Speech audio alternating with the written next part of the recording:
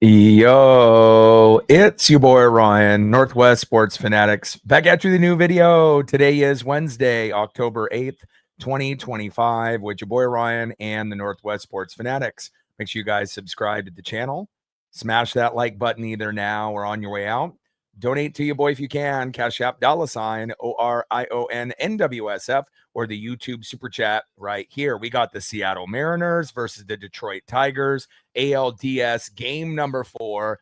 First pitch is going to be here in roughly 7 minutes. So let's cue up the music, take a look at the thumb, and let's get into the starting lineups. Happy Wednesday, everyone. And we will be debuting some new background music by my boy, Brooks Beats, an up-and-coming producer here in the Pacific Northwest. And I'm very excited to be able to share what he's been able to come up with in the last few months.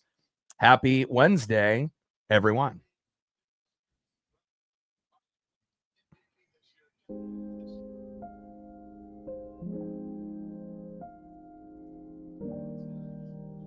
And on the thumb on the left is our left fielder, Randy Arozarena.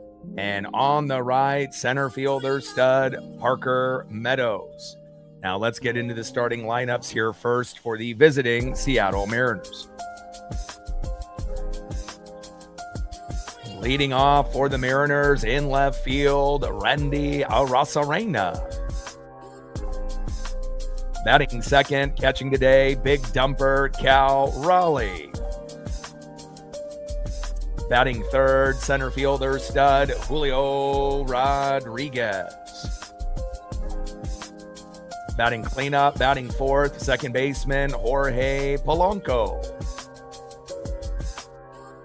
Batting fifth, playing first base, Josh Naylor.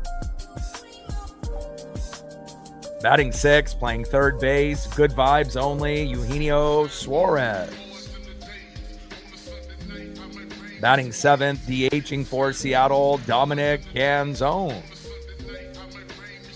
Batting eighth, playing right field, Victor Robles.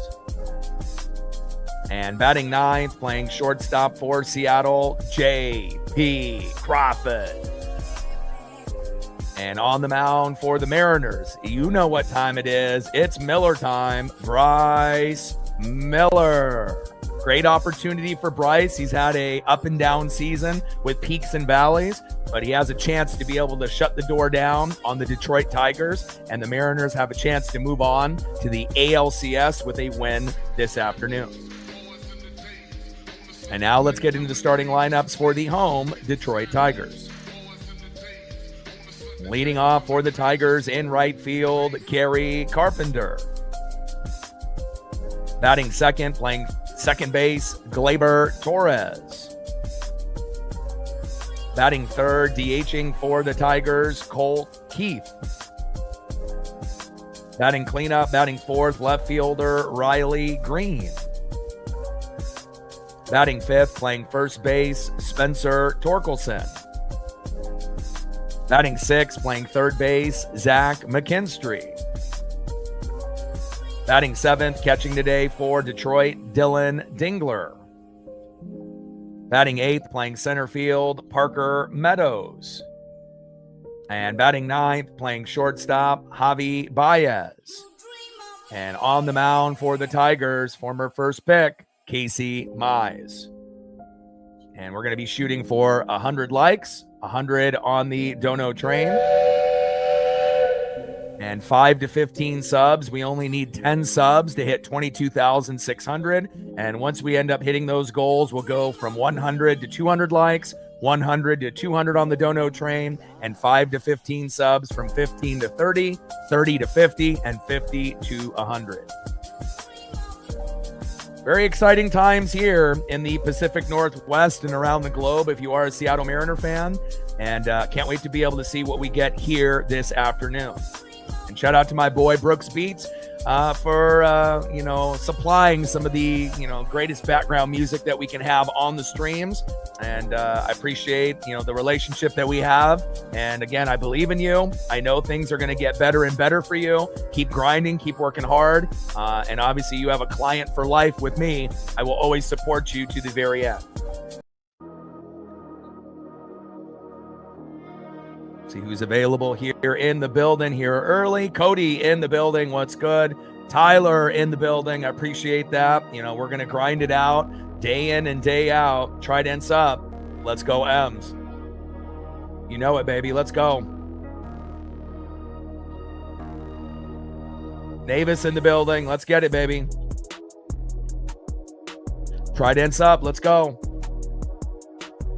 Blue in the building. Let's go, Mariners. Yeah, Bryce's numbers against the Tigers are actually really good, you know, as of late. So, you know, we do have a pretty good chance of getting it done. Mike in the building. What's good? Papa Don in the building. What's good? Now, if we do win here today, that'll be the 4th time ever to the ALCS. That's a big, big thing. That's a big deal for Mariner fans all across the globe. Clyde in the building. Kev in the building. What's good? Gregory in the building. What's good? Scott's Hawk in the building. What's good? Red Rum in the building. What's good? Dio in the building. What's good? Marine Bean. Let's close it out. You got the same mentality. I thought that we played absolutely fantastic considering, you know, 3, 4, and 5 in the lineup went like 0 for 14. So again, it shows you how dangerous this team really is. That, you know, we can beat you at the top of the order. We can beat you in the middle of the order. And we can also beat you in the 7, 8, 9 at the bottom of the order. And again, pitching was magnificent. Obviously, everything was great except for Caleb Ferguson coming in late. You know, there's still a few tweaks that Dan Wilson, you know, whether he wants to give a guy trust. You know, you already know at this point of the season, the guys that you can trust, which is pretty much everyone on the team except for Caleb Ferguson, Carlos Vargas, and I would just say with Matt Brash, he's got more talent than those other guys, but he just hasn't really been that reliable lately. So I think with Brash right now, my trust level is maybe like 60%. So it's like, I know you have talent to be there right with Bizzardo and Gabe Spire, but just based on how you've been pitching in the pen lately, other than yesterday,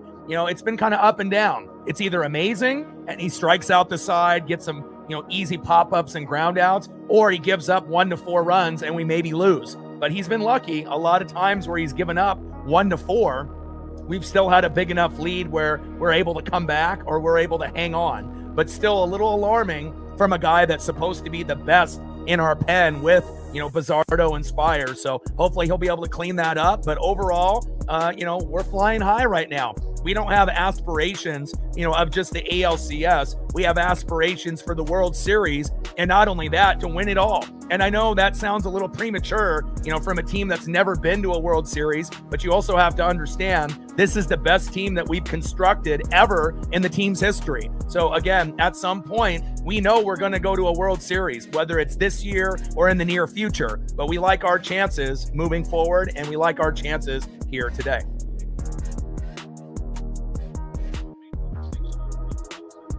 All right, here we go. First pitch from Casey Mize to Randy Arosarena. Takes a strike looking low and in the zone. 4-seam fastball, 94 miles an hour by Casey Mize.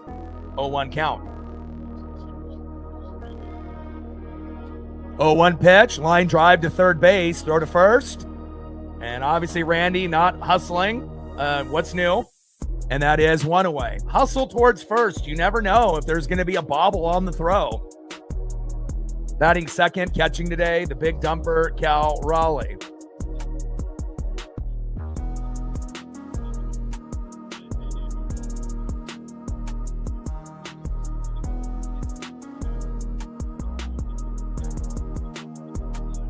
First pitch, big swing and a miss from Mize to big dumper, 0-1 count.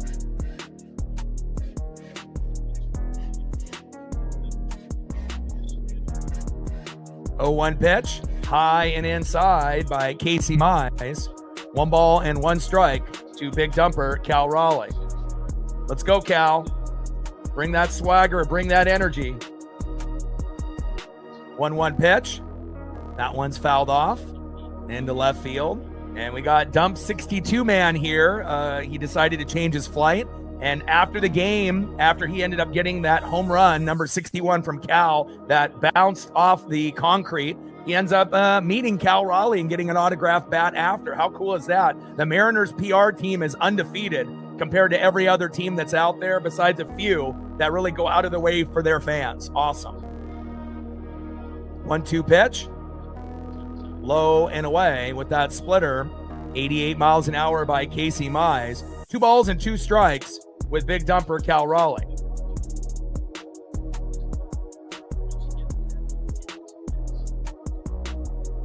Pitch fouled off and into left field with that splitter by Mize. 2 balls and 2 strikes to big dumper Cal Raleigh. Mize on the mound. Big dumper in the box. 2-2 pitch. High and away. Count now is full. 3 balls and 2 strikes to big dumper Cal Raleigh. And Cal has had a tendency of getting out within the first 2 pitches lately. You know, he will go yard from time to time, but work the count. 3-2 pitch. And that one is fading into foul territory and can't get to that ball in time. And we're thankful for that. Gary Carpenter in right field, sliding in there in foul territory and just about a foot behind that baseball. Top of the first inning, 0-0, Mariners and Tigers, ALDS game number 4. Mariners up 2-1 in the series with the victory yesterday, and we're 1 win away from advancing more than likely to play against the Toronto Blue Jays unless the Yankees have the comeback of the century. 3-2 pitch. Big swing and a miss, and a beautiful punch out there by Casey Mize, the former first pick in the draft, bringing that electricity for the Tiger fan base, and that is 2 away. Nice job by Casey Mize. Next up for the Mariners will be Julio Rodriguez. Let's go, J-Rod. We need you today.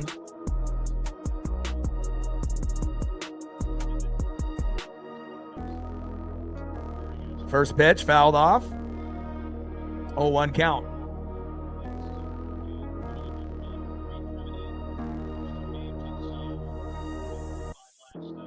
Yeah, there was quite a few people that ended up getting the interview with Seattle Sports and a few others. Pretty cool. 0-1 pitch. Inside at the knees with the sinker. 1 ball and 1 strike to Julio Rodriguez.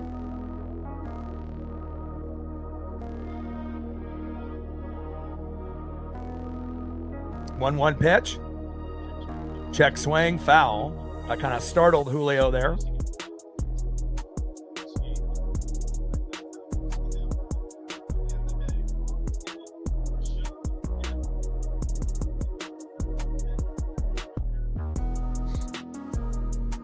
Blue Jay in the building. What's good? 1-2 pitch. And Julio chops that one towards third base, foul with the splitter by Mize. 90 miles an hour. Top of the first inning, 0-0, Mariners and Tigers in a very well-balanced, even matchup in the series. Probably more even than the other matchups with the Phillies and Dodgers, Brewers and Cubs, and the Yankees and the Blue Jays, even though the Yankees and Aaron Judge were able to get the victory last night. 1-2 pitch, and a little foul tip by Julio, just barely. 1 ball and 2 strikes to Julio Rodriguez. Like, sub, donate, comment, share. If you haven't smashed that like button yet, please do. Help us get to 200 likes, 100 on the dono train. And 5 to 15 subs. We need 10 subs for 22,600. I know we'll get that today. Pitches high and away with that slider, 92 miles an hour by Casey Mize. 2 balls and 2 strikes to Julio Rodriguez.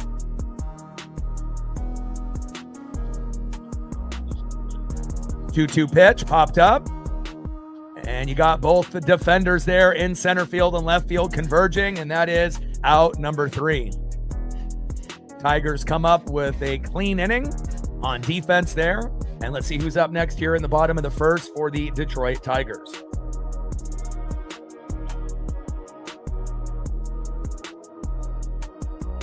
And shout out to my boy Brooks Beats with all the new beats that you'll be able to hear in the background. I got 15 out of the many 40, 50, 60 that he's been able to come up with within the last few months. And I went through the whole library and chose, I felt like, the best ones that would fit, with the vibe that we're trying to create here today.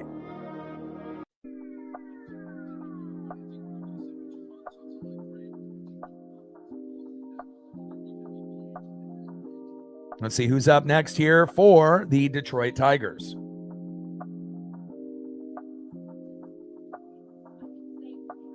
Leading off for the Tigers in right field, Kerry Carpenter. Batting second baseman, Gleyber Torres. And batting third, DHing, Colt Keith.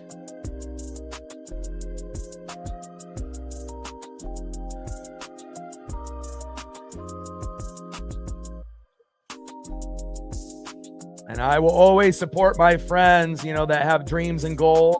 Unfortunately, I don't have really that many besides my boy Brooks. And, this is something that we both have been working on for a long time. And, sometimes, you need to be able to have someone to give you that encouragement and that extra push to know that you do have talent. You do have something that is more than just music and expressing yourself. You can make money off your music. That's how good you are. And anytime that I can end up supporting and, showing love to my friends, I'm always going to do that every single day.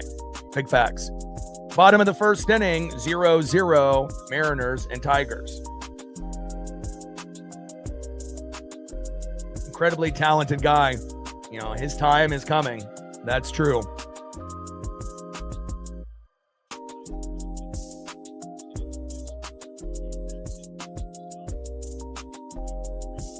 On the mound for the Mariners will be Bryce Miller.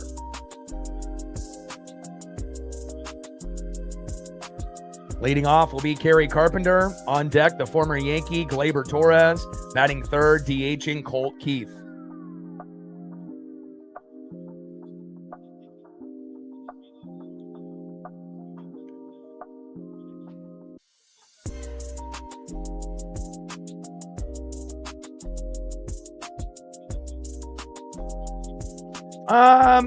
Doesn't really follow the Mariners per se. He really spends a lot of time working on his beats and his music and whatnot. So, that's his number one, goal and dream. So, again, when you have goals and dreams, you have to be fully dedicated. And for someone like him, if you're not going to be able to go out of your way to watch sports like we do, it's understandable. I know he'll catch games from time to time here and there, but, music is his passion. So, just like obviously sports is ours here. First pitch from Bryce Miller to Kerry Carpenter. Low and at the knees with the sinker, 96 miles an hour by Bryce Miller, 1-0 count.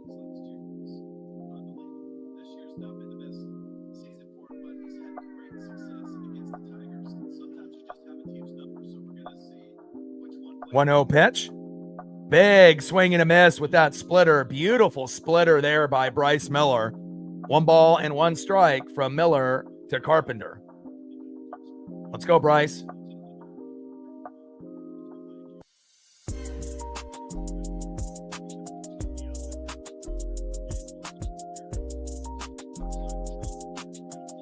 One pitch.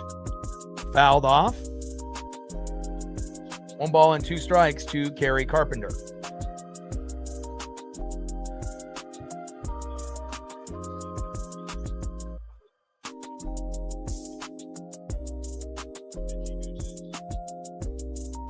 One-two pitch. Low and into the dirt with that knuckle curve. 2 balls and 2 strikes to Bryce Miller. Come on, baby.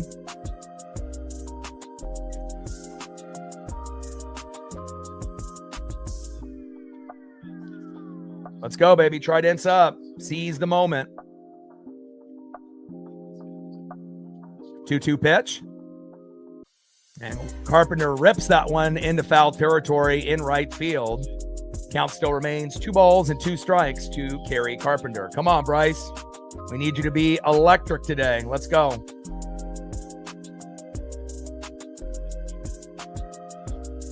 It's sunny at Comerica. Thank God.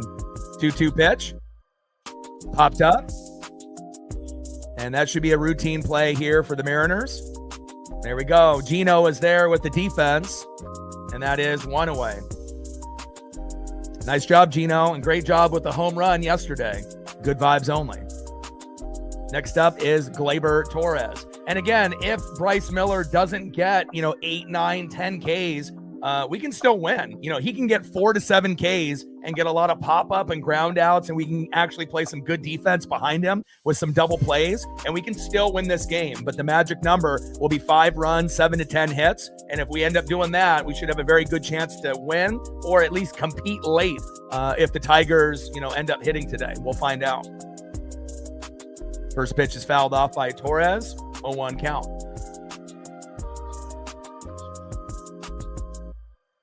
Oh, 1 pitch, high and away. 1 ball and 1 strike to Gleyber Torres.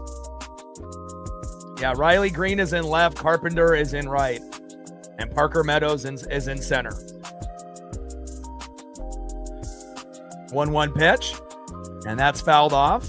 Right down the middle, 4-seam fastball with some heat, 96 miles an hour, 1 ball and 2 strikes to Gleyber Torres. I don't ignore people. I mean, if you're disrespectful, I will, or I'll boot you out, but if you actually have some respect, I'll vibe with anybody. It doesn't matter if you're a Mariner fan, a Tiger fan, or a fan of another team. Pitches outside, 2 balls and 2 strikes to Gleyber Torres. Big swing and a miss by Gleyber, and a nice punch out there by Bryce Miller. Way to bring that electricity early. Down goes Gleyber, and that is 2 away. Nice job by Bryce Miller. It's Miller time. Next up, DHing in the 3-hole for Detroit, Colt Keith.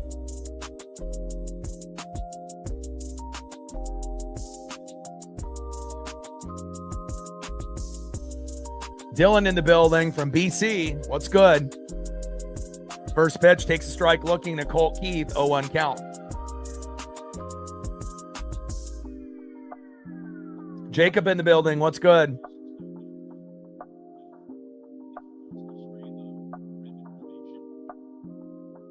Oh, 1 pitch. Little slow dribbler up the middle. Get it, Bryce. Get it, Bryce. Flip it. Yes. Good defense there by Bryce Miller. Thank God we actually have some athletic players at pitcher that can cover first if they need to, or make the proper flip or throw. And a great job there. We're clean. End of the first inning, 0-0, Mariners and Tigers. First track is called Moment by my boy Brooks. Next up will be Frequency.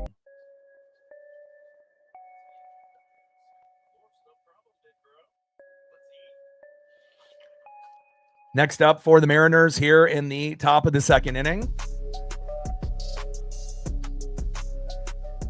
Leading off in the 4-hole, cleanup hitter, second baseman Jorge Polanco. Batting second, first baseman, it's Nails, the big grumper, Josh Naylor. Glad to see that the childbirth went great. He's a very private person with his wife. So obviously, the reporters aren't going to dig into it because he said that he wants to keep baseball and family private. I respect that. We love you, Josh Naylor. And batting third baseman, good vibes only. Got off the schneid and hit a home run yesterday. We love that. Good vibes only, Eugenio Suarez. Trident's up. Let's go, M's. Seize the moment.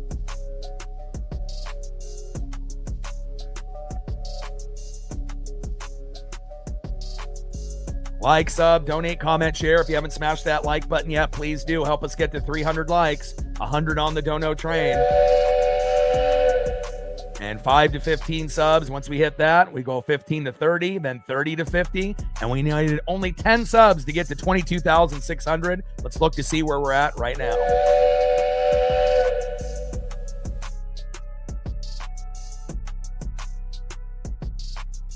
All right, since the program has started, we've gained 6 already. which is a great start. 4 more subs to go to 22,600. Shout out to the new 6 subs that are new to the channel or have been on the channel, and I finally have earned your sub by continuously watching and putting out a good product. Appreciate everyone that's out there.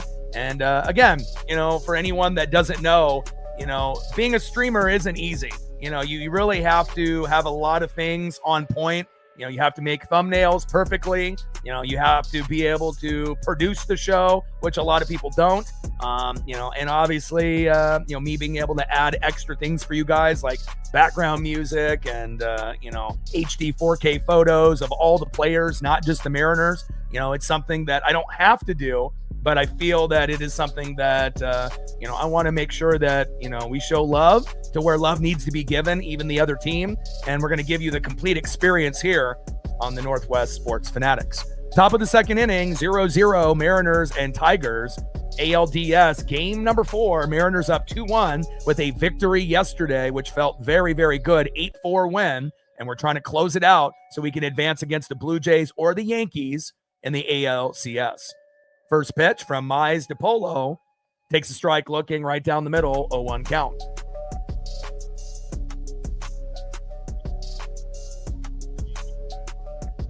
Oh, 1 pitch, takes another strike looking. No balls and 2 strikes to Jorge Polanco.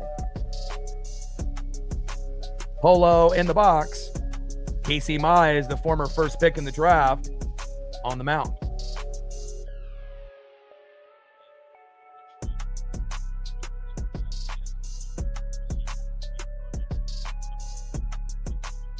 And a big splitter, big swing and a miss. And down goes Polo. Nice punch out there by Casey Mize.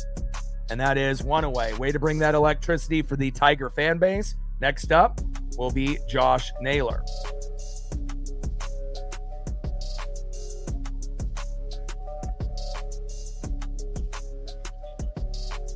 First pitch in there to Josh Naylor. High and away on the line. 0-1 count.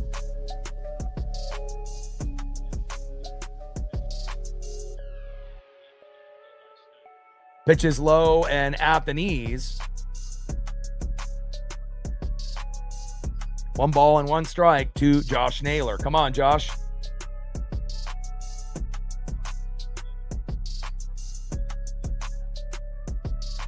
One pitch. And Naylor crushes it into right field. Fair ball. Go, baby, go. Go, Naylor. Go, Naylor. Run. Run, Naylor. There we go. And a stand-up double by Josh Naylor. There we go. He's a dad now. He's got other priorities, and we love him. Great job, Nails. Way to bring the electricity. Let's score some runs here early, baby. Next up is Eugenio Suarez. Good vibes only. Let's go, Gino. Trident's up. Seize the moment.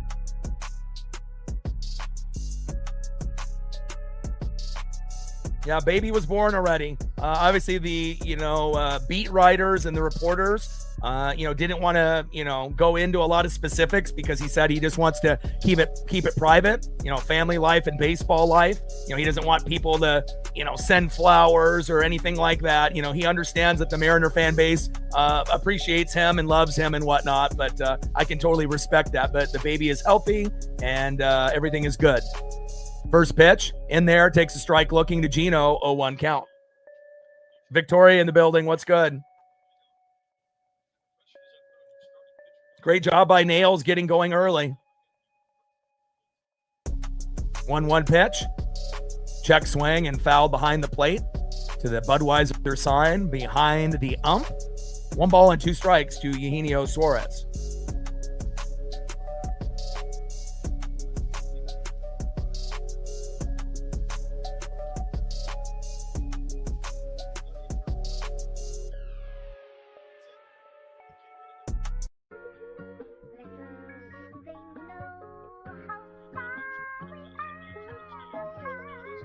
Top of the second inning, 0-0 Mariners and Tigers. 1-2 pitch, low and away. 2 balls and 2 strikes to Eugenio Suarez.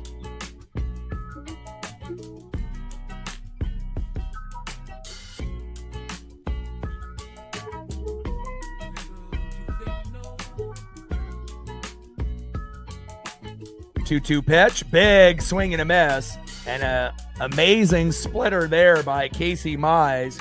A lot of electricity on that pitch right there. Down goes Gino, and that is 2 away. Next up is Dominic Canzone.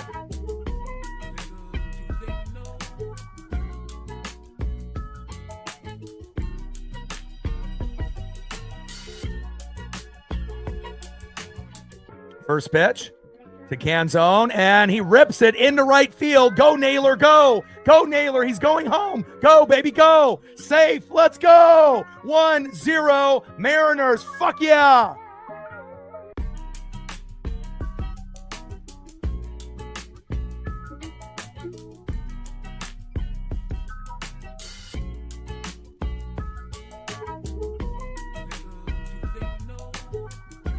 Let's go, baby. You get a double out of Naylor. You get a double out of Dom. Let's go. Take no prisoners, baby. We're going to score early. We're going to score often. We're not even thinking about Game 5 in Seattle. We're getting it done today. 1-0 Seattle. Let's fucking go. Shows you how deep this team is. Arguably 1 through 9. We got the best lineup in baseball. Let's go. Next up is Victor Robles. First pitch fouled off. 0-1 count. Let's go, Victor. Way to bring that electricity. Dom, we love it, baby. 0-1 pitch. Fouled off right down the middle. Back-to-back four-seam fastballs. 96 miles an hour by Casey Mize. A double by Naylor. A double by Canzone. 1-0 M's. Fuck yeah.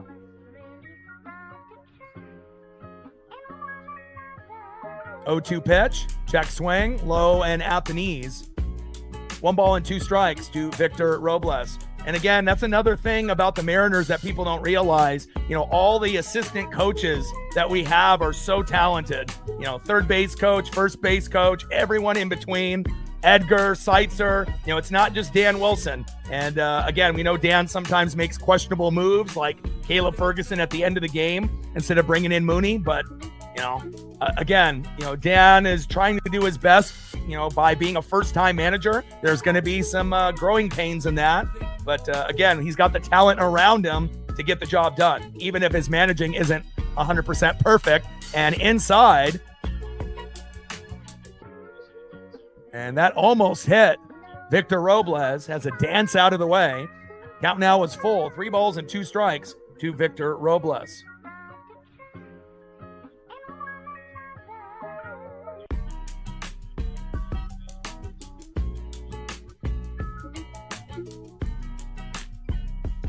Let's go, baby. Let's keep this meltdown happening.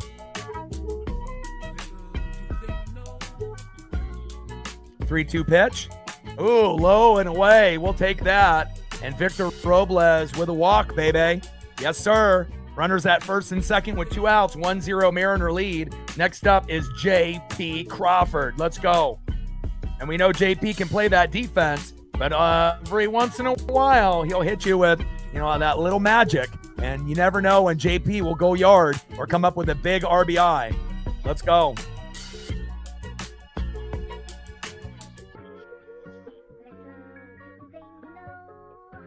Let's go, JP. 3 for 9, 1 home run, 2 ribbies in the postseason. First pitch inside. Good patience there by JP. 1-0 count.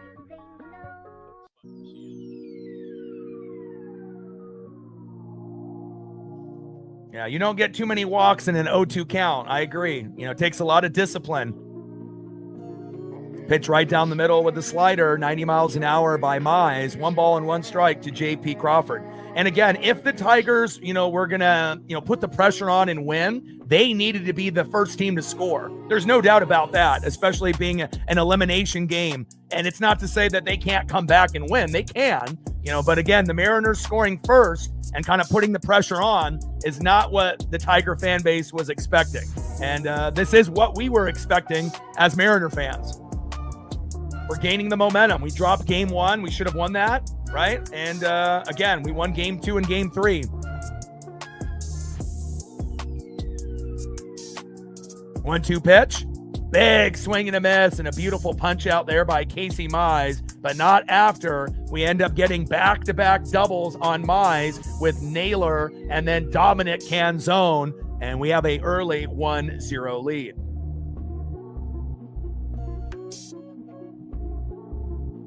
Let's go. Let's go to the bottom of the second inning, and we'll see who's up next here for the Tigers.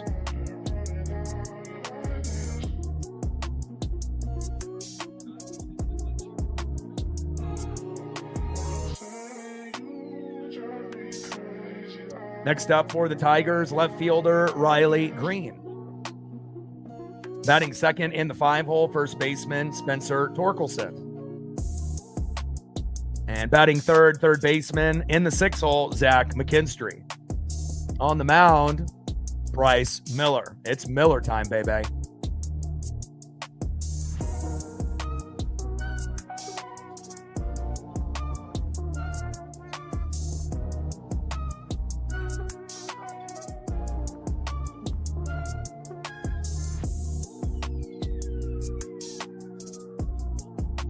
Kev with $1, getting us started. Every dollar counts. Stacks, racks, with a little Cactus Jack. Bang, bang. We're at 1:99 to go to hit the goal. Let's go.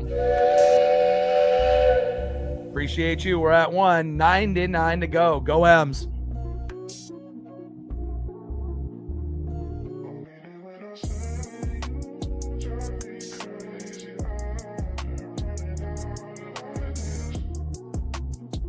We needed 4 subs to be able to hit 22,600. We've gained 10 since the last commercial break. We're on the next goal now. 94 subs to go to 22,700. Let's go. Shout out to the 15 new subs we've gained already. And let's see if we can get to 50 or 100 before the game ends. Let's go. And we just gained another. 93 subs to go to 22,700. Let's get it.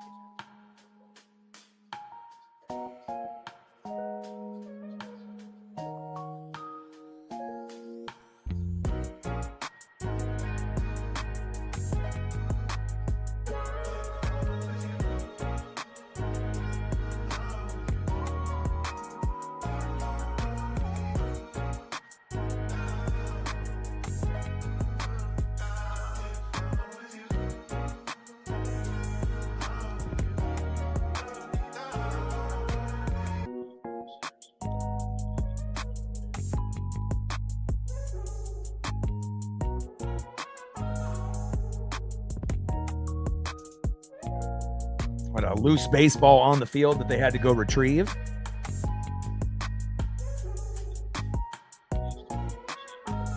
Dominic Canzone with the RBI to bring Naylor home. 1-0 M's. First pitch to Riley Green, high and inside with some heat. Four-seam fastball, 96 miles an hour, high and inside. 0-1 count. Miller on the mound. Riley Green in the box. Shout out to my boy Brooks Beats with all the fire beats on the channel. Appreciate you. 0-1 pitch, low and at the knees. 1 ball, 1 strike to Riley Green.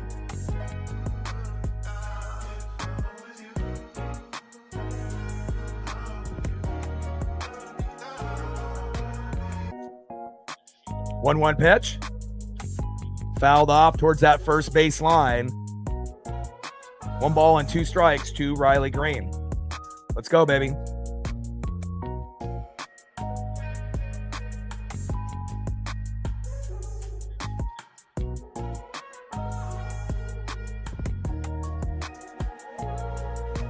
One-two pitch. Foul off.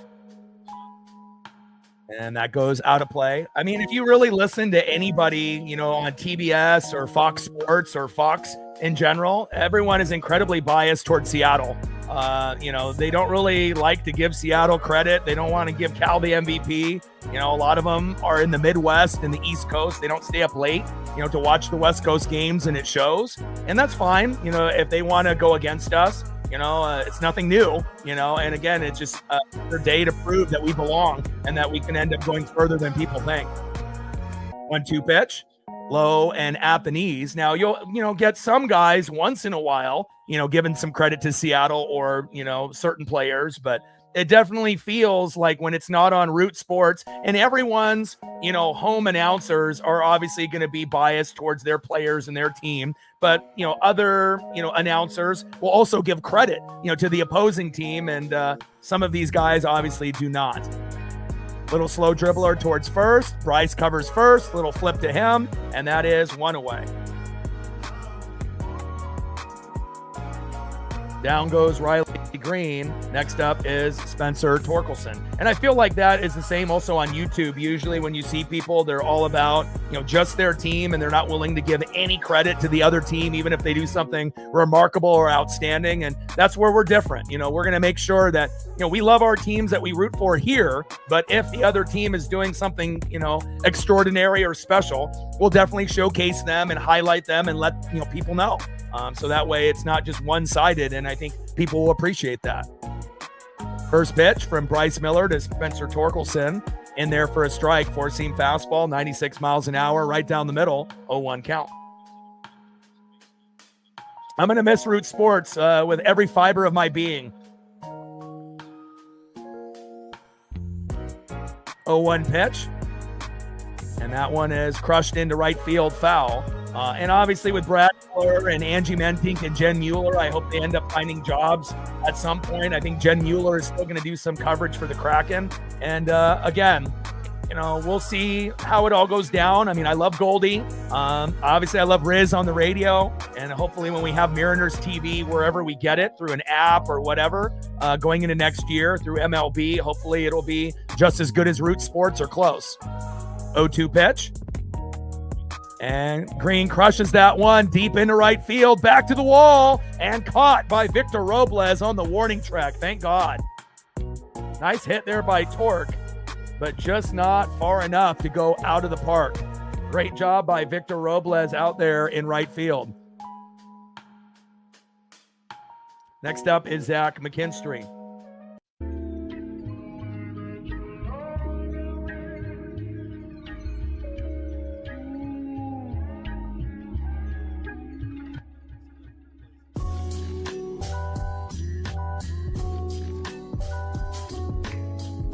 And McKinstry hit right up the middle, and that goes right in front of Julio Rodriguez with the scoop. And a nice single there with 2 outs for Zach McKinstry. Next up is Dylan Dingler.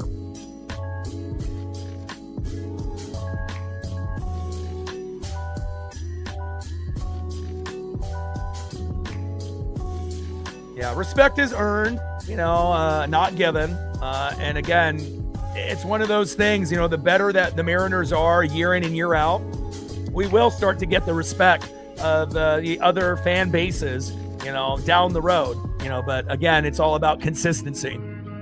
But again, a lot of these other, fan bases don't realize this is the best team the Mariners have ever had since the beginning of their existence, which is a crazy thing to say, but it's true. This team is even better than the 2001 roster that won 116 games. Not even close. They definitely had more wins, but we have a deeper roster, obviously, here in 2025. First pitch is high and inside to Dylan Dingler, 1-0 count. Bottom of the second inning, 1-0 Mariners. Runner at first. McKinstry with a nice bloop single in front of Julio at the previous at-bat. 1-0 pitch from Miller. And Dingler pops it up. Should be a routine play for Julio. And Julio is there. No fly zone, baby. And that is out number 3. Bryce Miller pitching like a G. We knew he could, and we knew he would. Great job by Julio out there in the no-fly zone, baby.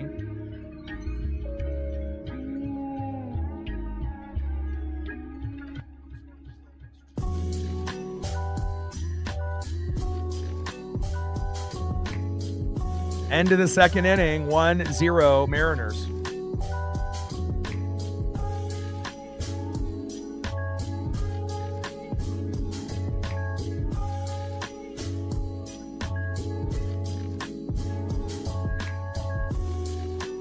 see who's up next here for the Mariners in the top of the third inning. Like, sub, donate, comment, share. You haven't smashed that like button yet, please do. Help us get to 300 likes, 100 on the dono train, and 50 to 100 subs. Let's get it. Already gained about 15 subs. Let's see where we're at now. Gained another 10.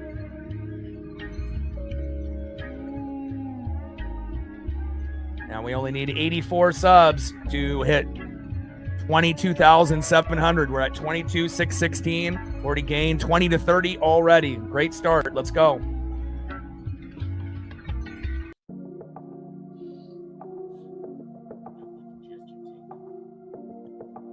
Next up for the Mariners, back at the top of the order, 0 for 1, left fielder Randy Arozarena.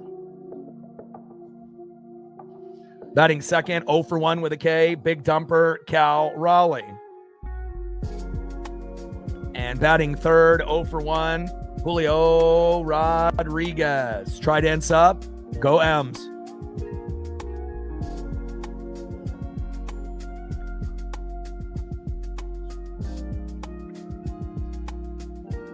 Reflect in the building, what's good? Vintage in the building, what's good?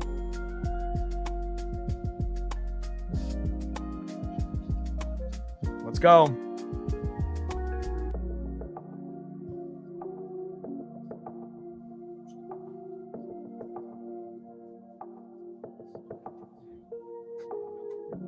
Our year, our time. Let's go.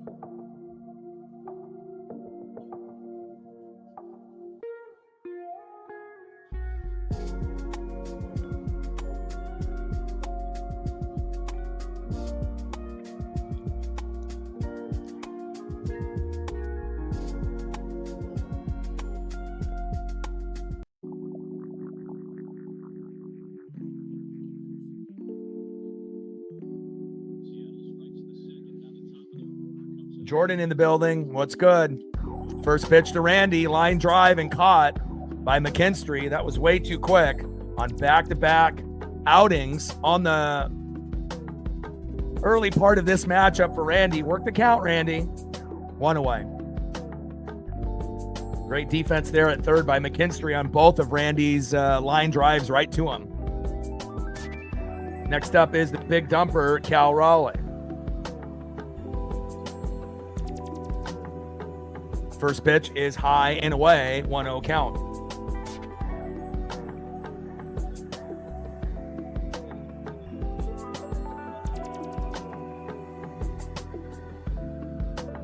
Pitch, high and away with back-to-back four-seam fastballs, 93 miles an hour by Casey Mize. 2 balls and no strikes to big dumper Cal Raleigh.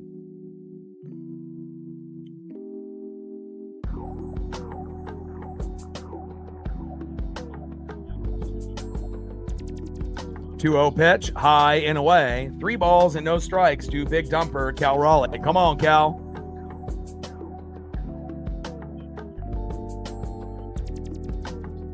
Three-0 pitch, takes a strike right down the middle with a four-seam fastball there by Casey Mize, the former first pick. 3 balls and 1 strike to big dumper Cal Raleigh.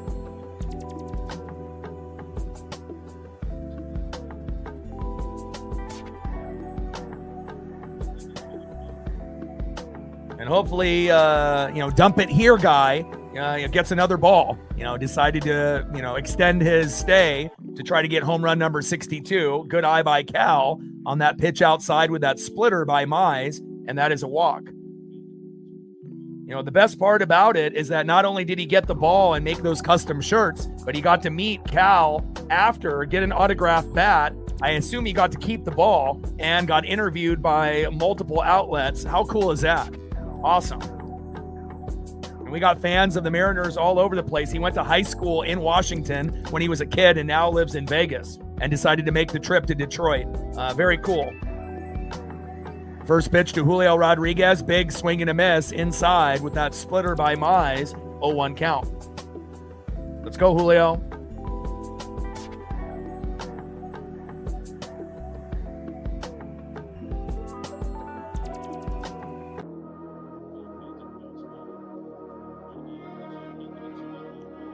0-1 pitch, takes a strike looking high and away. Four-seam fastball with the heat, 96 miles an hour by Mize. No balls and 2 strikes to Julio Rodriguez. Top of the third, 1-0 M's with a runner at first and 1 out.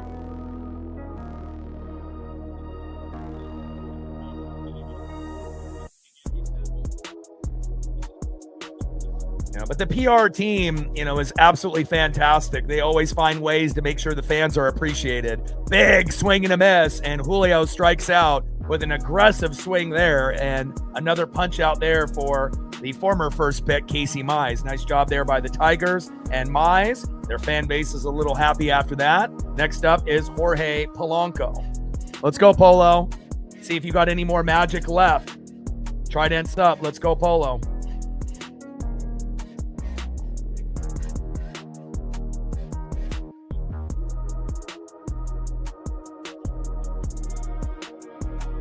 An autographed bat that's signed is cool, but if it's not the bat that Cal homered 61 with, it's not as valuable. The ball itself is worth, a lot of money because there's, lots of Mariner fans that would buy home run 60, home run 61, home run 62 ball, a few thousand, you would assume at the very minimum. It's a piece of history. And again, an autographed bat is nice, but it's not worth as much as the bat that's autographed that he hit home run number 61 with. So I'm not sure, if that was the actual bat that he hit the homer with or not. But regardless, Cal, being a great, baseball player and that relationship with the fans is top tier. 0-2 pitch. And Polo pops that one out. Foul behind the plate. No balls and 2 strikes to Jorge Polanco.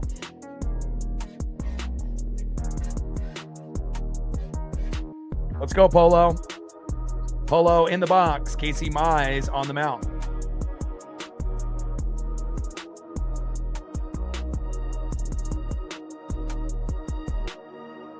(0-2 pitch. Fouls that one towards left field. No balls and 2 strikes to Jorge Polanco. And again, Polo wasn't very good last year with Mitch Garver. But he started off as one of the hottest baseball players in 2025, batting .350 to .450 to start off the year, hit a wall, and then definitely has come up big lately within the last few months, especially in the playoffs. The only individual to multi-homer off Skubal since 2021. Unbelievable. Pitches low and away with that splitter by Mize. 1 ball and 2 strikes to Jorge Polanco. 1-2 pitch. Inside, and they say that is strike 3. I don't know about that. Take strike 3 looking. Let's go to the bottom of the third inning with a nice 1-0 lead.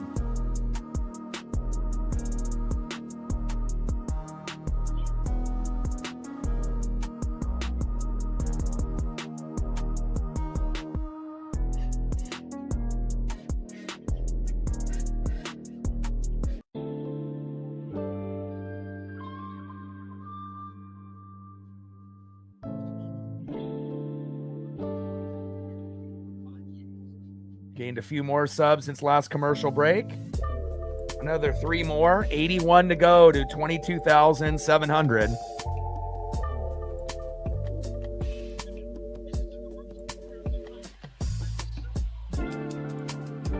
Next up for the Tigers in the 8-hole center fielder Parker Meadows. Batting second in the 9-hole shortstop Javi Baez. And batting third, right fielder back at the top of the order, 0-for-1, Kerry Carpenter. And shout out to my boy Brooks Beats. I went through a little bit of his catalog of about 4+ beats that he's been making over the last few months, and I chose 15 that I thought that would work really well with the channel. I got some kind of slower, smoother beats, during the commercial breaks, and then the stuff that's a little bit more upbeat and aggressive that has more of a hip-hop type of feel during the stream. He's a super, super talented guy. And again, if you look him up on social media, he'll be a little bit of everywhere. TikTok, Instagram, SoundCloud. And again, his time is coming. And I'm glad that we have a great friendship. And, I want to make sure that he knows that I believe in him.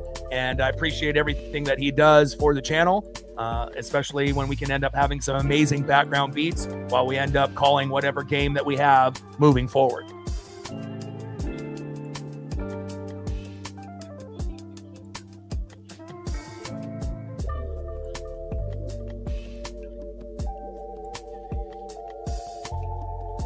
And it'll look like this when you look it up. So it won't necessarily be like that, which some people might think. It'll look like this. So it'll be kind of all together with the Z at the end.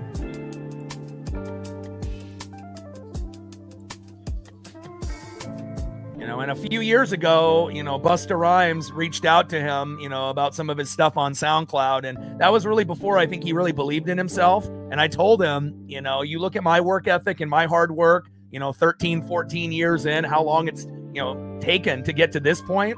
And, you know, I know he's been working, you know, on the beats on and off for about, you know, 10 to 20 years. And, you know, sometimes you got to keep working and eventually, you know, you're going to find a moment. And a few years back, you know, Busta reached out. And again, it didn't lead, you know, to anything that Busta purchased, but just the simple fact that someone famous, knew of you and of your work. Pretty cool. And I told him if that's not a sign to keep going, I don't know what is. And I'm proud of him. First pitch to Parker Meadows in play, and that should be a routine play for JP Crawford, and that is 1 away.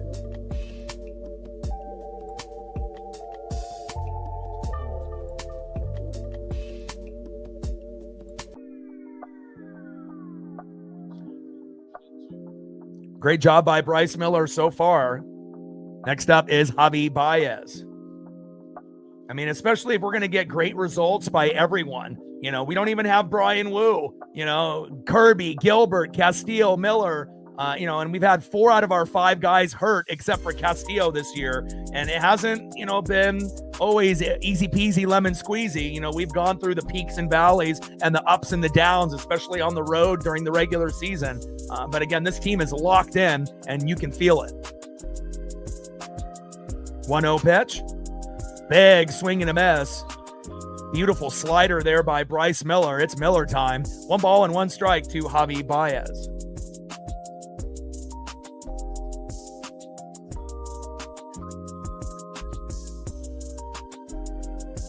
One pitch.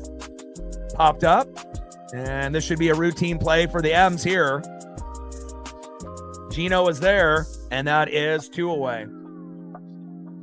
So if the Mariners win today, they advance to the ALCS, and we have to wait to see if the Blue Jays win 1 more game or the Yankees win 2 more. And then whoever wins between that will advance to the ALCS. And then the winner of the Blue Jays-Yankees game, let's say it's the Blue Jays, they'll play the Mariners if we win. And then the winner of the Blue Jays-Mariners in that example, for example, would go to the World Series. So right now, you know, we're on the brink of a very special day where we actually may get quite a few that advance to the ALCS or NLCS today. Dodgers win today over the Phillies. They sweep them. They're in the NLCS, right? Brewers end up winning in Chicago. They're in to face each other, Brewers and Dodgers. And then we'll probably have Blue Jays and Mariners if we're lucky. And hopefully that's what we end up getting. And I wouldn't want it any other way. And then we might be able to get Mariners Dodgers or Mariners Brewers in the World Series, which would be very, very exciting. Obviously, the ratings would be better if it was Mariners Dodgers rather than Mariners Brewers. But for people that understand baseball, you know, Milwaukee and Seattle haven't gone to these lengths before. So it would be very record breaking based off the fans, of Milwaukee and Seattle. But outside fans may not be as in tune, or appreciative. But whatever we get, it'll be amazing. 0-2 pitch to Kerry Carpenter. Chops that one towards left field, foul. Four-seam fastball, 96 miles an hour with that heat by Bryce. He's looking great here early on. No balls and 2 strikes with nobody on and 2 outs. Miller on the mound, Carpenter in the box. Let's go, Bryce. Keep wheeling and dealing, baby. You're doing great.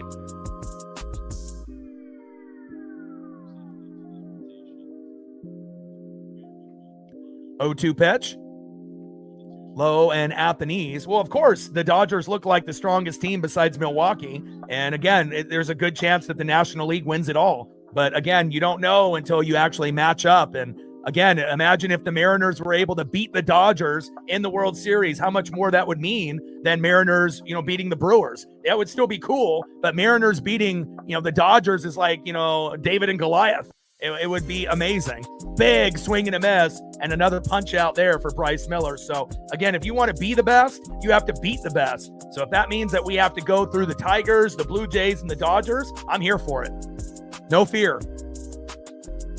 We understand that they got 3 first ballot Hall of Famers and Shohei Ohtani, Mookie Betts, and Freddie Freeman on top of guys that play great in the postseason like Kike Hernandez and Teoscar Hernandez. But again, that doesn't mean that they would necessarily sweep, whoever they play. Is it possible the National League wins it all and the American League team only wins 1 or 2 games and it's over in 5 or 6 games? Of course. That's going to be the most expected outcome, but you just never know, between the Blue Jays or the Mariners or, whoever it is, they might get hot at the right time. And especially if you can end up winning game 1 and stealing one, again, it could, change the tides of the outcome. We just will wait and find out. End of the 3rd inning, 1-0 Mariners. Like, sub, donate, comment, share. If you haven't smashed that like button yet, please do. Help us get to 400 likes, 100 on the Dono train. And we're looking for 50 to 100 subs. Let's go.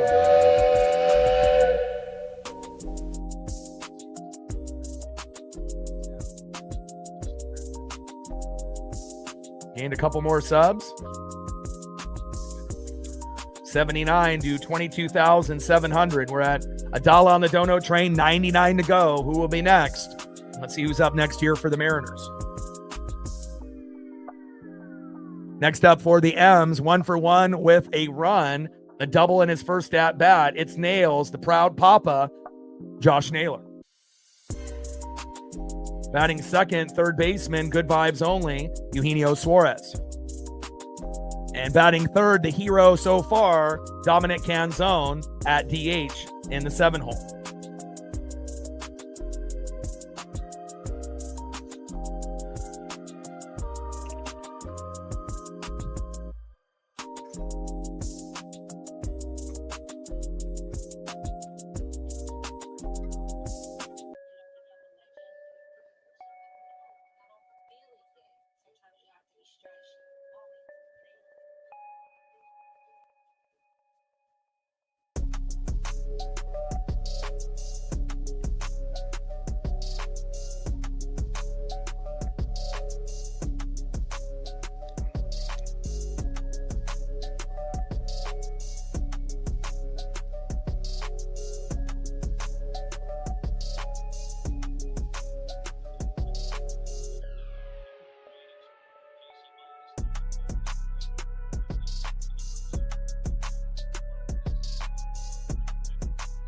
Pitching change there. Tyler Holton coming in. First pitch low and away to Naylor. 1-0 count.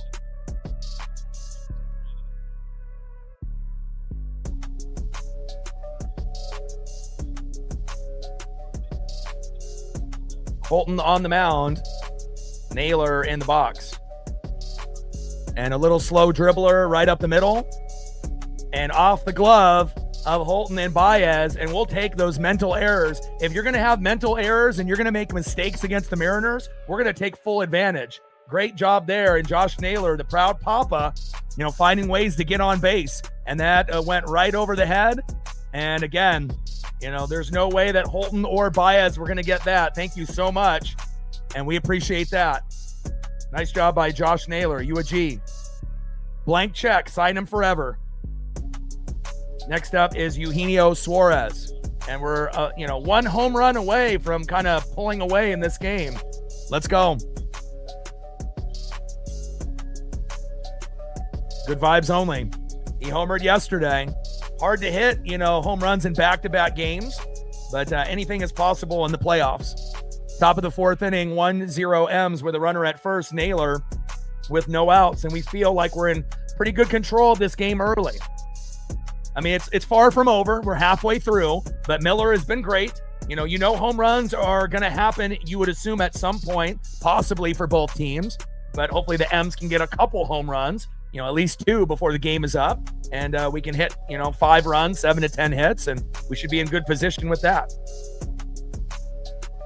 Pitch is inside. 3 balls and 1 strike to Eugenio Suarez.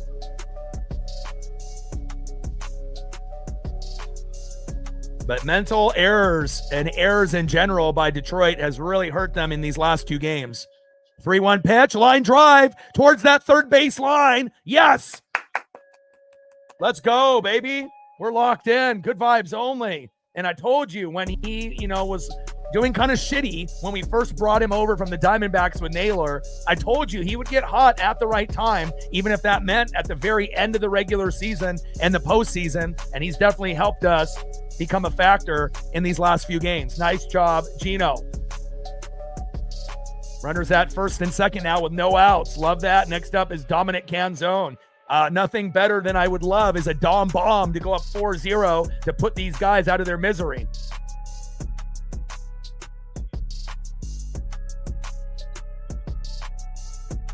Give me Blue Jays and Mariners ALCS, and we know how that went when we played them in 2022. We can beat them. We're one of the only teams that can beat the Blue Jays. We can do it. Now, obviously, if we play the Brewers or Dodgers, that's going to be that much harder, But again, if you want to be a champion, you got to go through the best. And the Brewers had the best record for a good chunk of the year, and they have the best road record out of any team. And the Dodgers have proven that they can win at home and on the road, and they are very talented. Again, we will wait and find out how it all plays out, but we got to take it game by game. Next up is Mitch Garver. Why is Mitch Garver coming in for Dom? Just because they end up switching, between a lefty and a righty and a lefty? Come on, man. Dominic Canzone has a better chance to do something, as a lefty on a lefty rather than going just righty. I hate this mentality that these managers have. Again, if you're going to go and make a pitching change from a righty to a lefty, that doesn't mean you have to bring in a righty batter, especially if the righty batter sucks. Wouldn't you rather have a lefty on lefty matchup with the lefty being good like Dom? Hello? He ended up having the RBI for you and then you pull him? Idiot Dan? Jesus Christ. 0-1 pitch. That mentality is just ridiculous. It's like managing from the 80s and the 90s, and a lot of managers still do it to this day. Like, you can think outside the box and be different. You don't have to do what everyone else does. I mean, how often does it really work? Every once in a while, a blind squirrel will get a nut and Garver will homer or get a big RBI. But, Dominic Canzone has a better chance, to do some damage than Mitch Garver any day of the week. Ridiculous.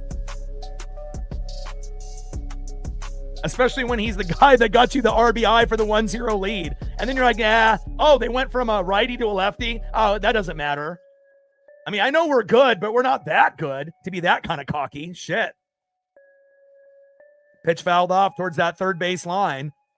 No balls and 2 strikes to Mitch Garver. You may think it's the correct move. I disagree. I mean, how often does it end up working out? Not very often. We're talking like 20% chance of something good happening. And then you also have to look at, moving forward, do you really want to have that person, later in the game? Garver shouldn't even be on the team. Pitches low and away. 1 ball and 2 strikes to Mitch Garver.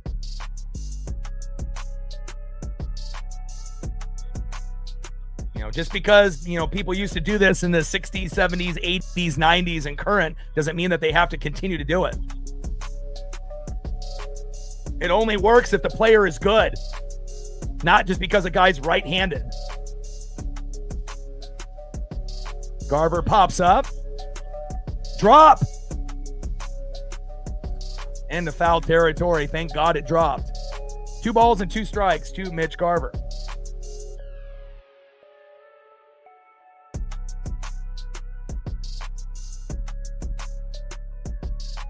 But you can definitely tell who's got an old school mentality or a new school mentality. Top of the 4th inning, 1-0 M's. Runners at first and second with no outs.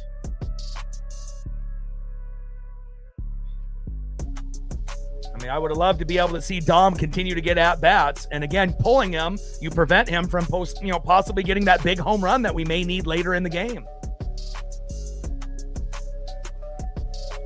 2-2 pitch, low and away. Count is full. 3 balls and 2 strikes to Mitch Garver. Now, could Mitch end up hitting a 3-run blast right here? Yeah, he could. He could get a big RBI as well, but more than likely, he'll probably pop up or strike out, and it's a wasted move. 3-2 pitch, and he's lucky he got walked. Bases loaded with a meltdown here, but it's still, I would rather have Dom hitting in the future rather than Garver later in the game, and I think everyone would agree. Here we go. Next up with bases loaded and no outs, Victor Robles. And there's the second pitcher, Tyler Holton, having a meltdown as well. We love that. By Casey Mize, by Tyler Holton, and we'll see who's up next. And the Mariners are looking very good at this point in the matchup. Let's fucking go.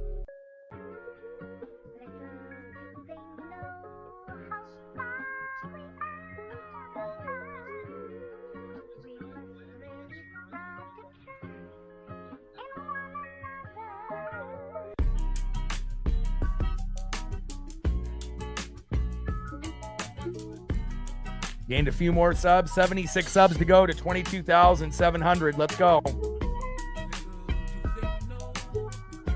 Top of the fourth inning, 1-0 Mariners, bases loaded, no outs, and the Tigers are on their third pitcher. We love it. Goodbye, Casey Mize. Goodbye, Tyler Holton. Next up is Finnegan.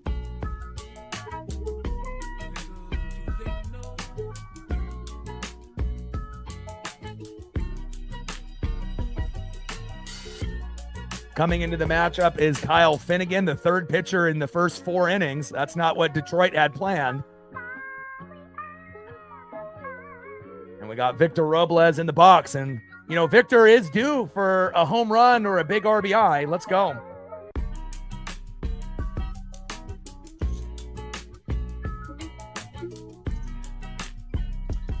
I mean, if Judge comes to play, like that home run that he hit off the pole, it sounds different when Ohtani and Judge homer, you know, as well as Cal Raleigh sometimes as well. But the power in the bat of Aaron Judge, you know, with that frame, you know, powerful legs, powerful follow-through swing, and obviously very, very strong, you know, upper body to be able to get all of it into those swings. And, you know, when the Yankees play at home, and I know you guys notice as well, they get a lot of calls. They get a lot of 50-50 calls, you know, in the Bronx and whatnot, you know. And again, Blue Jays at home, they can, you know, do their thing. But, you know, New York definitely has a visible, you know, kind of extra help, you know, so to speak, by the umps when you watch the games. I mean, especially when Seattle goes to New York, you know, it ends up being like 90-10 or 80-20 with the calls. It's nowhere being 50-50. So we'll find out, but I do believe the Blue Jays are good enough to win in 4 or 5. It just depends if, you know, Judge and the team go off again at home, and then it goes back to Toronto in game 5, if it were to do that, and then Toronto would win there, I would assume. First pitch, low and away to Victor Robles, 1-0 count. Robles in the box, Kyle Finnegan, the third pitcher in the game for the Tigers. Big swing and a miss, high and away. 1 ball and 1 strike to Victor Robles. Bobber in the building. What's good?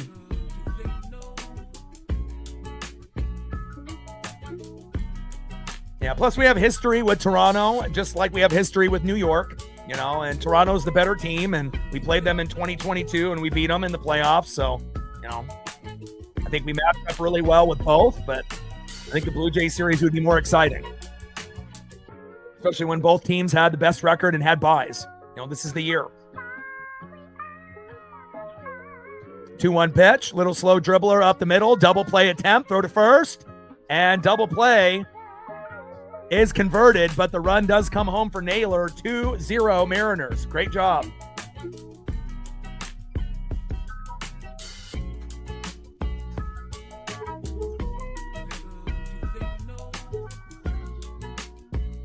Let's go. 2-0 M's. Yes, sir. Robles grounds out into the double play, but Naylor ends up coming home. Great job. Next up is JP Crawford. Let's go, JP. You were able to come up with some magic yesterday. Let's see what you got. First pitch by Kyle Finnegan, high and inside. 1-0 count.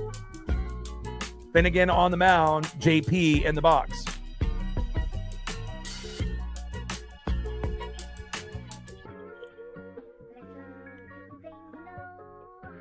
All the background music is from my friend Brooks Beats, an up-and-coming producer here in the Pacific Northwest. So I ended up going through his library this morning and last night, and out of the 40 or 50 beats that he's been working on the last few months, I chose 15, and we got those on the channel not only today, but moving forward. And then anything new that he creates, we'll be able to have on the channel to help promote him and be able to help promote us as well. Popped up on the 2-0 count, and that is out number 3. Nice catch there by Dingler in foul territory, but not after the Mariners had bases loaded, and Robles, he did hit into the ground double play, but, you know, Naylor was able to go home before, obviously, that last tag, and we have a nice 2-0 lead. Let's go to the bottom of the 4th inning and see who's up next for the Tigers.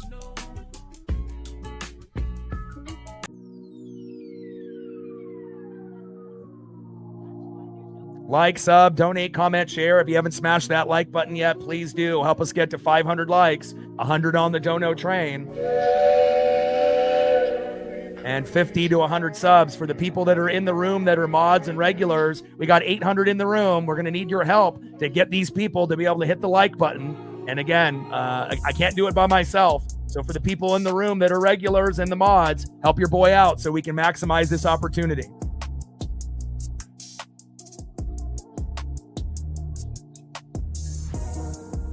Bottom of the 4th inning, 2-0 Elms. We gained a few more subs.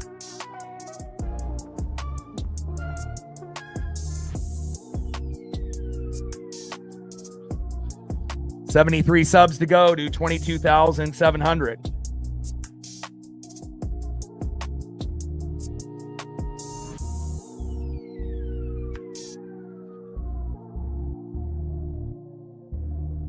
Yeah, and I feel like if you look at the thumbnails for sports, I feel like we have one of the best out of anybody. You know, like you see a lot of the people that do baseball and do football, a lot of people are lazy. You know, they just do team logos and, you know, they got some awkward font on there. And again, I used to be there. You know, I didn't know what I was doing, you know, when I first started. But again, you know, once you end up, you know, understanding the tools and understanding what looks good and then finding your own signature look, which is the most important thing, you know, then you can actually show, like, you know, your artistic ability and your talent. And again, everyone that makes great thumbnails, they're not just thumbnail artists. You know, they are like, you know, designers of art in general. It's just, you know, in a thumbnail. And again, you know, we definitely put a lot of time and energy and effort on all aspects of the channel. I appreciate the love for the thumbs, and I'll continue trying to make the thumbs top tier. Big facts. Let's go to the bottom of the 4th inning, 2-0 Elms.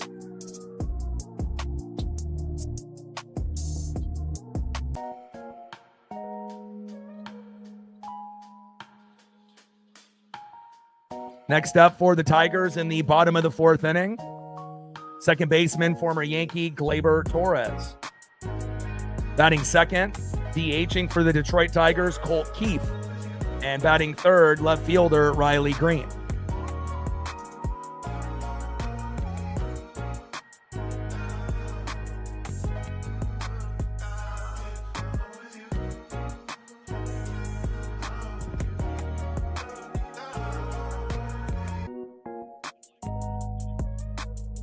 Marcos with a $5. Appreciate you. Stacks. Racks with a little Cactus Jack. Bang, bang. $5 holla. Appreciate you.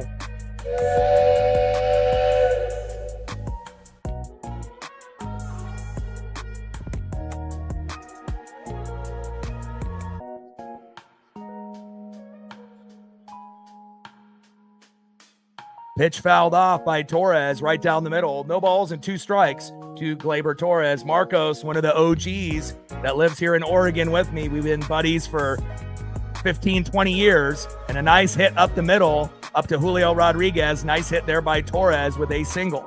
But it's always nice when you can have friends that support the dream. You know, a lot of people out there are, oh, I hope you do good, but not better than me type of mentality. But Marcos is a real one, and I appreciate you. Next up is Colt Keith. We need a punch out and a double play, or a double play and a punch out. Little slow dribbler to JP, throw to Naylor, and we'll see if we get the punch out and the double play, or the double play and the punch out.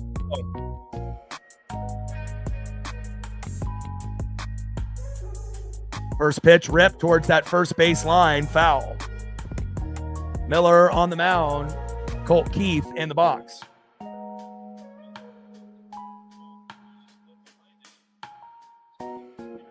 Yeah, Bryce is still out there.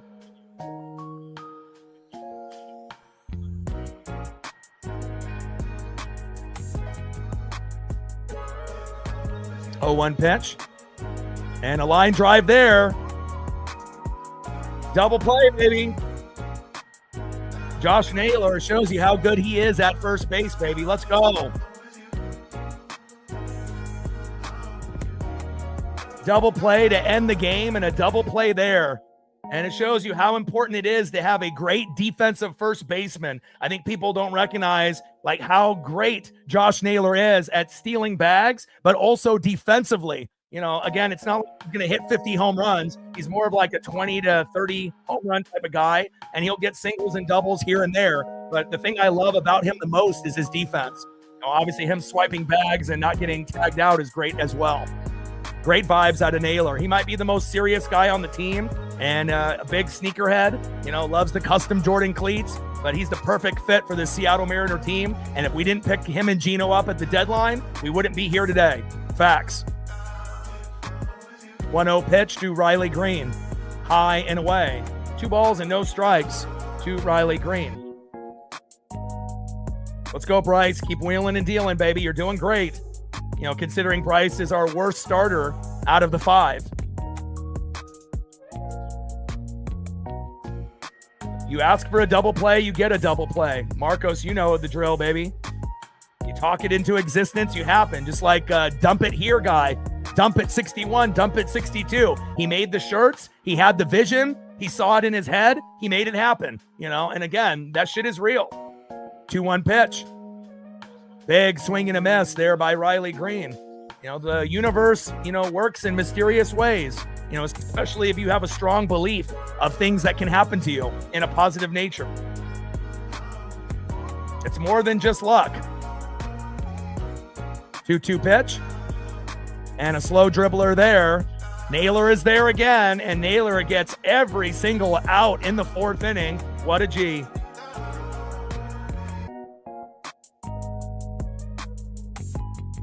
Marcos with another 5er. Appreciate you. Stacks. Racks with a little Cactus Jack. Bang, bang. Another $5 holla for Marcos Pineda. Appreciate you. End of the 4th inning, 2-0 Mariners.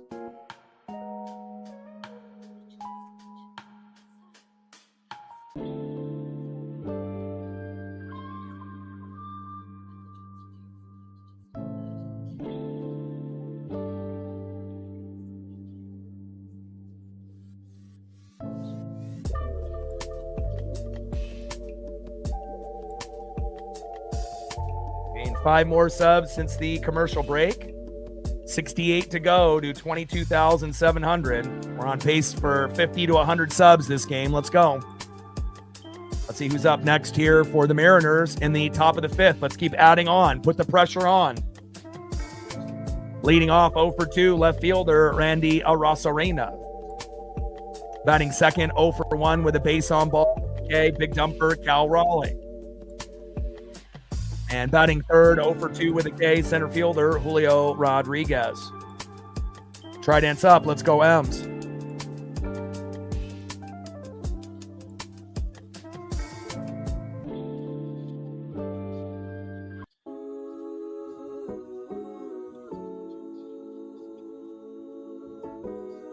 Where are we at on the likes, Captain? Can we get an update? Where are we at?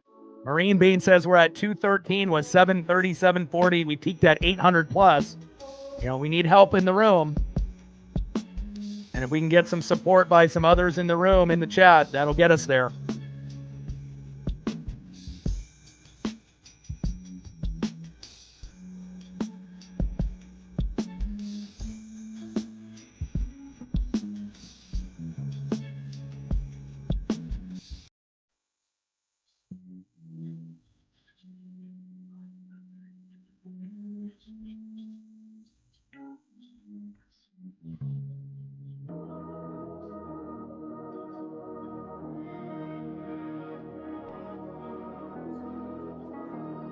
Let's go. Our year, our time. Let's get it.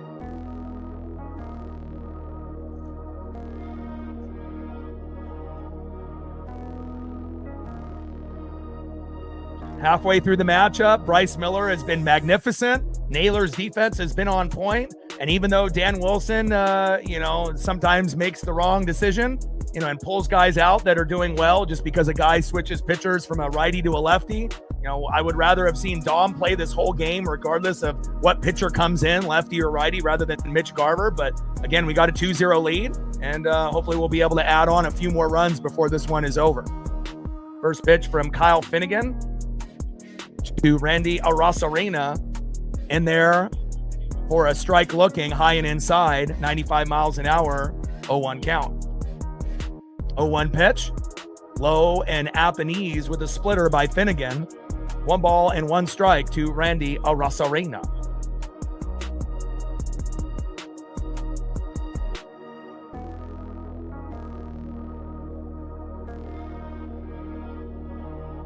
One pitch.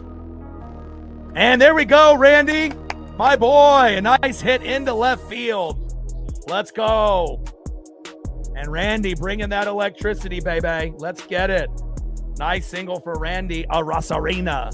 After his first 2 at-bats were line drives to McKinstry, and McKinstry ended up getting those outs. But the third time is the charm. McKinstry can't get them all. And it goes right past Zach. We love it. Next up is the big dumper, Cal Raleigh. And this would be a great time for Cal, the homer, to extend this lead. See if he gets a pitch that's worth swinging and hitting. Let's go, big dumper. First pitch, fouls that off into the left field. Foul territory area, 0-1 count. 0 for 1 with a walk in the third. Hit home run number 61 last night to dump it here. 61 guy that was in the outfield. And again, he's there again, trying to get home run number 62 from Cal. 0-1 pitch, fouled off towards that third base line.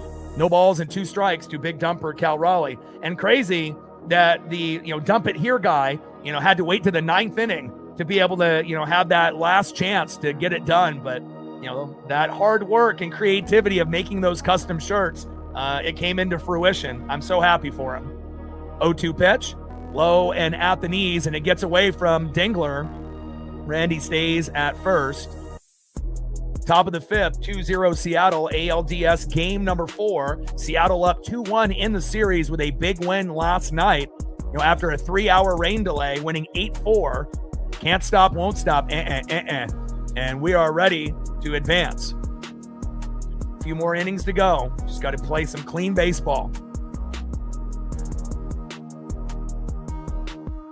1-2 pitch, low and at the knees, gets away from him. And Dingler has to chase after it as Randy, of course, walks into second base. Of course, he'll not hustle. I mean, I know it's the playoffs, but I guess Randy, he'll pick and choose when he wants to run. Let's go, Cal.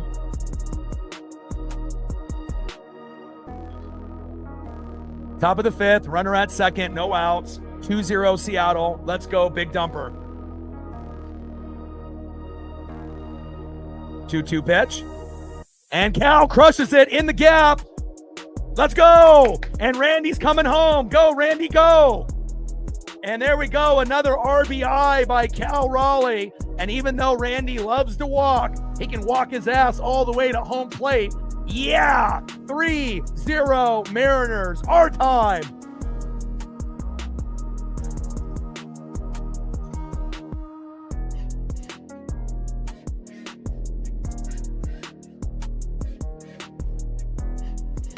Let's go. That's what I'm talking about, baby. Next up is Julio Rodriguez. I mean, I don't really think like the hitting was really an issue today. The issue was Bryce Miller going to pitch like Kirby, and Castillo and Gilbert? Was he going to pitch like them, or was he going to pitch, terrible? And give up multiple home runs, multiple RBIs, and forcing the Mariner team to score 7-10 to compete today. And so far, Miller has done a great job, and the bats are coming alive to help him out, to give him that extra confidence. That pitch is fouled off. No balls and 2 strikes from Kyle Finnegan to Julio Rodriguez. Let him know, Marcos.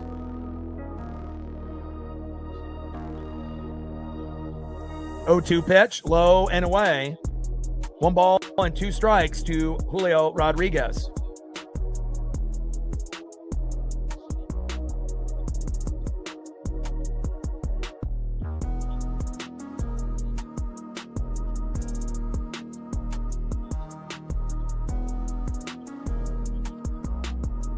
One-two pitch from Finnegan, low and away. Finnegan starting to have a little bit of a meltdown here. I mean, they are on their 3rd pitcher already. Casey Mize, 3 innings. Holton, tried to complete an inning, and then they brought in Finnegan. And we're still sitting with Bryce Miller with only 44 pitches, 33 strikes. Are you fucking shitting me? Bryce Miller coming out with one of the best games of his career in this elimination game. Unbelievable. 2-2 pitch. Slow dribbler, McKinstry, double play, throw to first. And Julio actually runs hard to first. Not something that Randy knows how to do, and is safe at first. Good job there by Julio, showing effort. We love that. Next up, 0 for 2 with 2 Ks, Jorge Polanco. Top of the 5th, 3-0 Mariners with Julio at first with 1 out. Let's go, Polo. You know what time it is, Polo. Let's go. Trident's up. Seize the moment.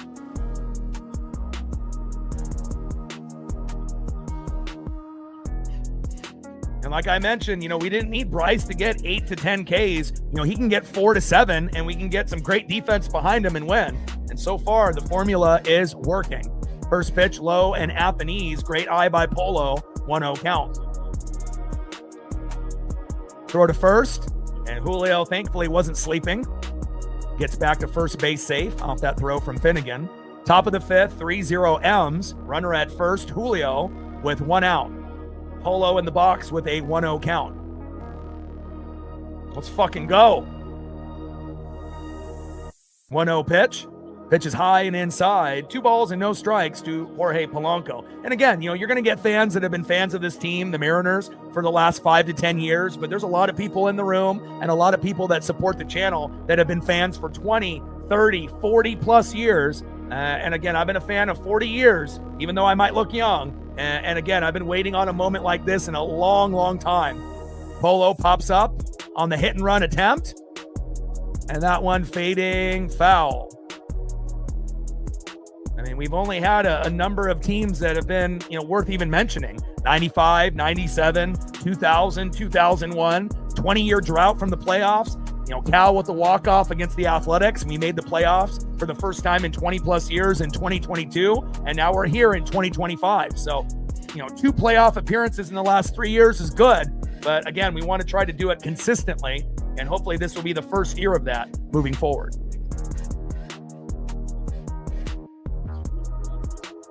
2-1 pitch.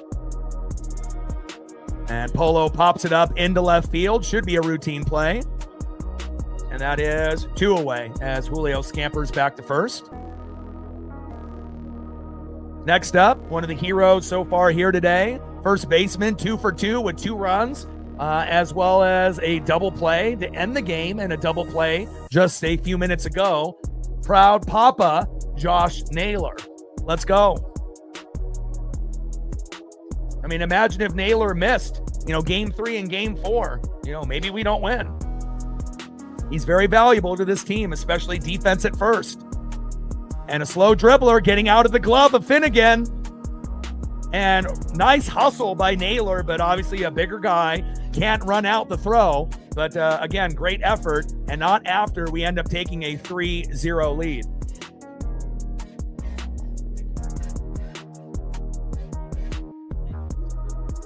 Let's go to the bottom of the 5th inning and see who's up next for the Tigers.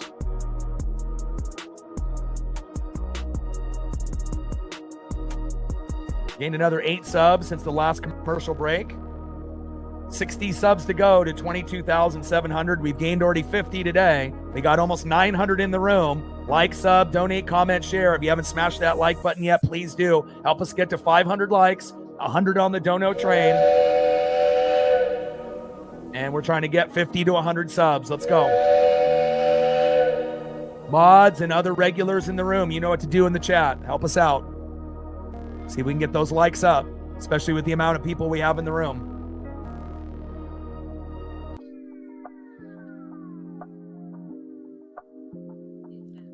Next up for the Tigers in the bottom of the fifth, 0 for 1, first baseman Spencer Torkelson. Batting second, 1 for 1, third baseman in the 6th hole, Zach McKinstry. And batting third, 0 for 1, catcher Dylan Dingler. Tridents up. Let's go, M's.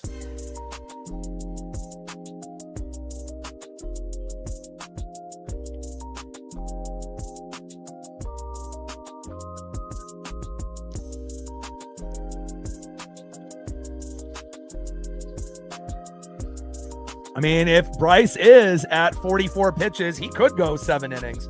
So, not sure if you understand baseball, Anthony, but clearly you don't.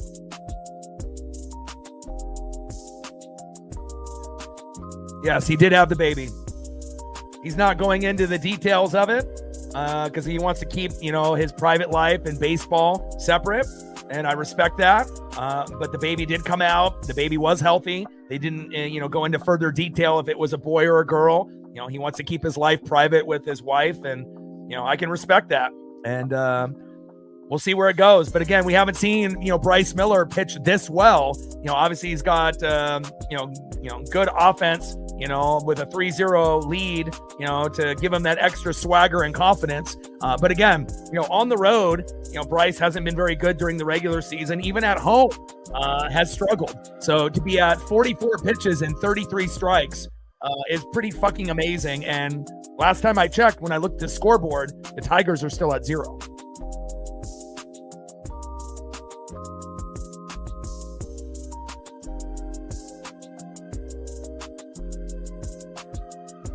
Tridents up. Let's go, M's.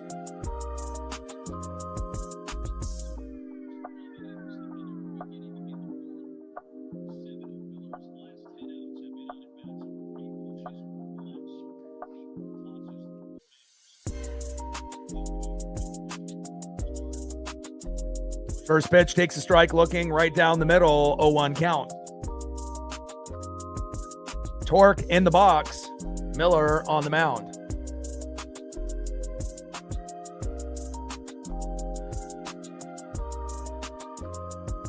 Oh, 0-1 pitch.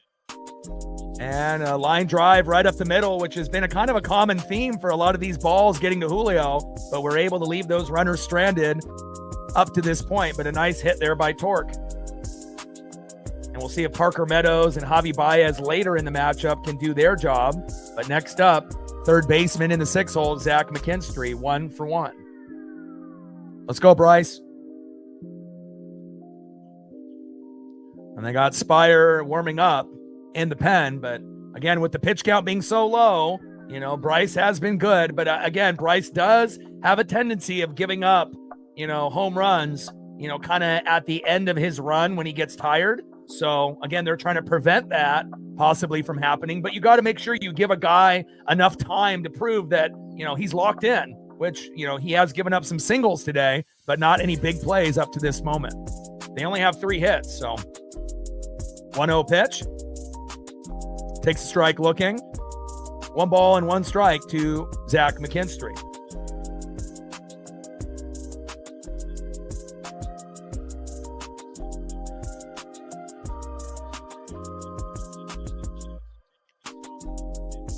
We're wearing our navies today. Navy with the gray pants.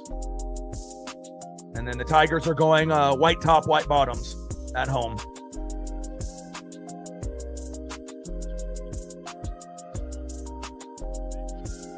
McKinstry in the box. Bryce Miller on the mound.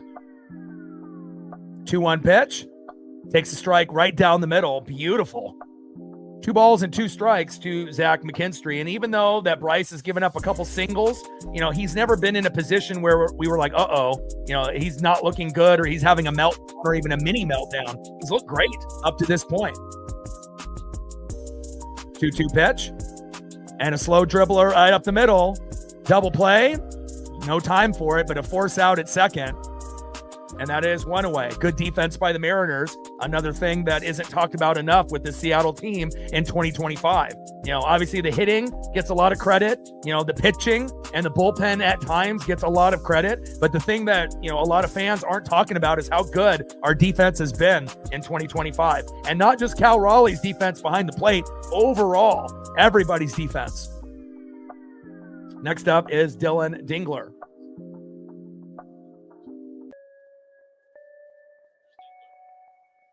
First pitch, low and away with that slider from Bryce Miller, 1-0 count.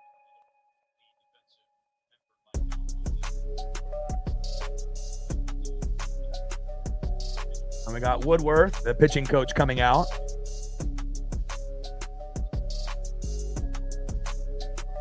I mean, this might be one of the best performances Bryce has had all year. And I'm not even joking when I say that. For a lot of us that have watched every game, every pitch from beginning to end, and again, there's people that, turn off the TV, when the Mariners are down 10-0 in the second inning, but there's a lot of us that keep watching. Obviously, I don't have the option to turn the game off or leave and do something else when we get put in a, position of getting our ass kicked or, fighting adversity. But you can really learn a lot, from the team on who still tries when you're getting obliterated. And again, Bryce has done a great job, and hopefully they let him pitch as long as he possibly can. He's earned it today.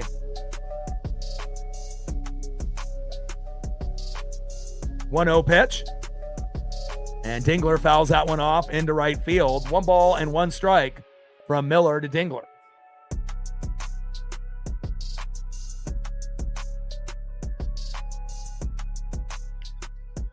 Yeah, Randy's defense on, ground balls is terrible, but in pop-ups, it's pretty good. And then obviously we know with Polo and obviously Gino at second and third, sometimes their defense is questionable. But overall, as a team, it's been pretty fucking good. Minus, those little things once in a while, from Gino and from Polo. And then obviously ground balls into left field, into Randy is a disaster. But other than that, everything else is Gucci. Everything is good. 2-1 pitch. And a hard hit ball there into Randy, and it's a ground ball. Fuck, Randy, run! And the Tigers are hustling, and a weak-ass throw by Randy ends up bringing in a run. And again, Randy cannot play defense on ground balls. Not only does he not hustle, he doesn't throw it with purpose into the infield. He always lobs it. Why do you do that? And great hustle there with Dingler with that big RBI. And now Dingler double to left. McKinstry was really hustling. 3-1 Seattle. Nothing makes me more frustrated when I see poor effort on defense. And I think Miller's day is done.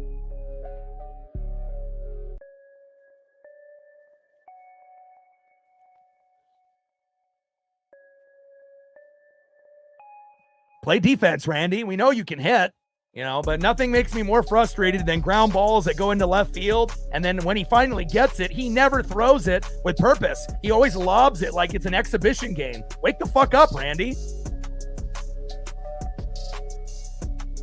Next up, 0 for 1, Parker Meadows.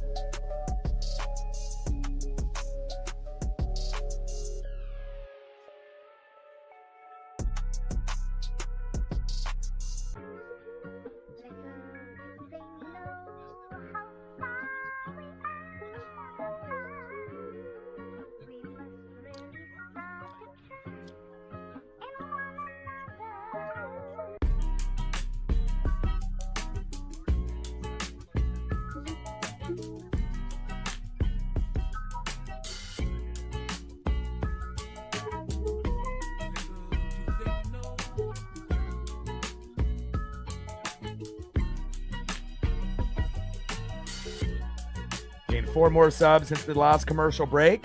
56 subs to go to 22,700.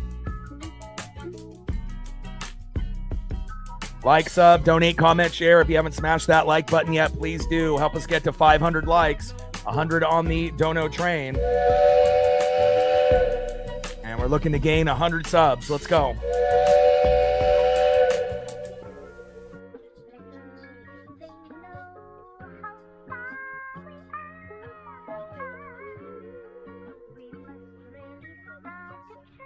I mean, when it ends up being like pop-ups, he'll hustle and typically get the catch.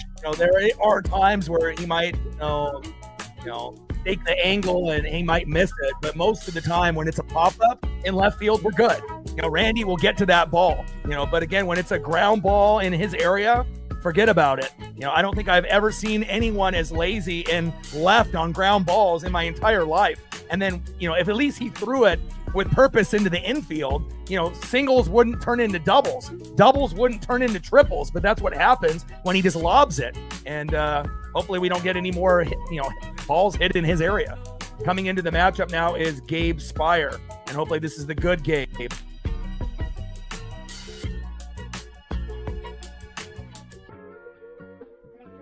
And rips it down the third base line. That's going to bring in another run. And the Tigers, of course, it goes to Randy again. And now it's 3-2 Seattle. Unbelievable. I mean, that's how you end up coming back. You keep hitting it towards Randy.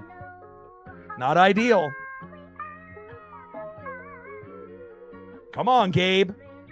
I mean, if we were going to have, Gabe come in and give up an RBI, you might as well stuck with Bryce Miller there.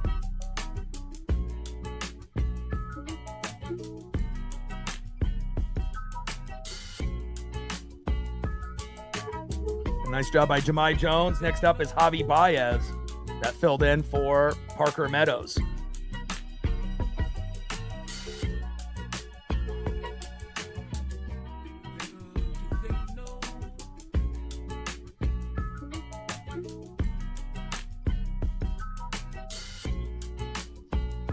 Nice job by Jahmai Jones with that big RBI. Bottom of the fifth, 3-2 Mariners with a runner at second. 1-0 pitch. Fouls that one off towards that third base line. 1 ball and 1 strike to Javi Baez.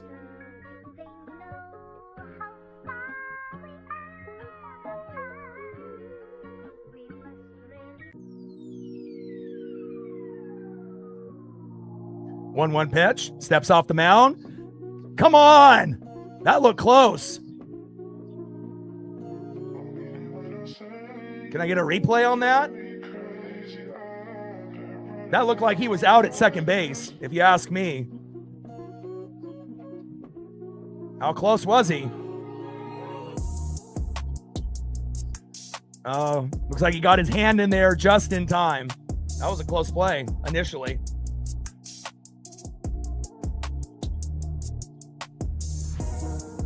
One pitch.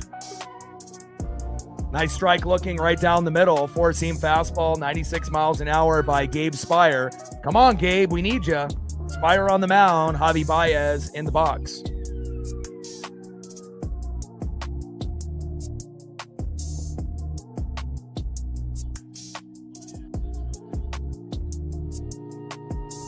And Baez crushes one, but it ends up going foul, thank God. Come on now. Again, if Gabe is going to be this shaky coming in, you should have just stuck with Bryce. Should have kept Dom in the game for Mitch Garver, and these little subtle changes that Dan makes. Sometimes it's going to work and sometimes it's not. But again, we're still going to need to get a few more runs, to be able to win this game. 3-2 is not enough. 1-2 pitch. Low and into the dirt there, low and at the knees.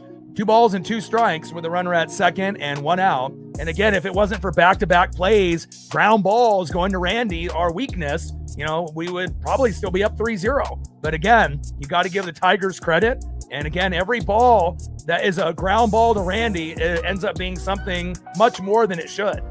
Singles turn into doubles, doubles turn into triples. And a line drive right up the middle, and that's going to bring in another run. Jesus Christ. And the game is tied 3-3, Mariners and Tigers. Bad decision bringing in Gabe Spire. Unbelievable. But again, that's Dan Wilson. Some people like him. Some people accept him. But again, we want to make sure we close this out here. And a nice rally there by the Tigers. Nice job by Javi Baez. And again, it shows you how crucial and important it is, to be able to put in the right guys at the right time.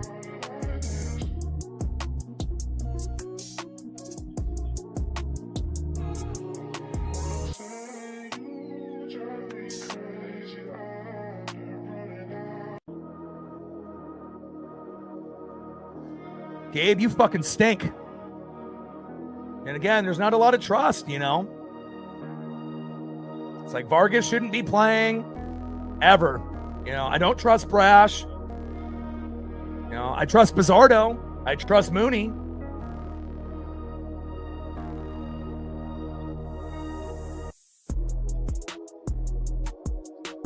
First pitch to Kerry Carpenter, takes a strike looking, 0-1 count.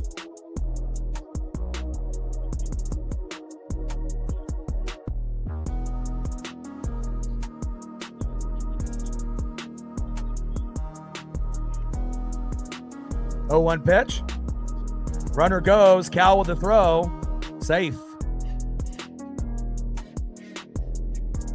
We got 1 ball and 1 strike. And again, it's never easy for Seattle. You know, we know this as, you know, being Mariner fans for years and years and years.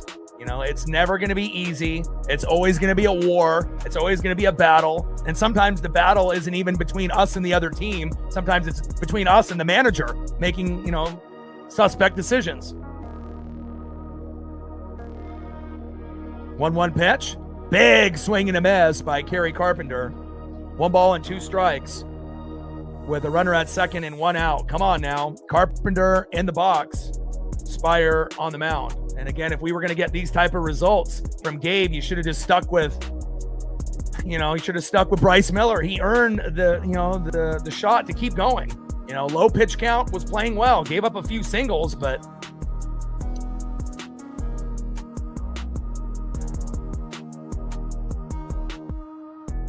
one-two pitch.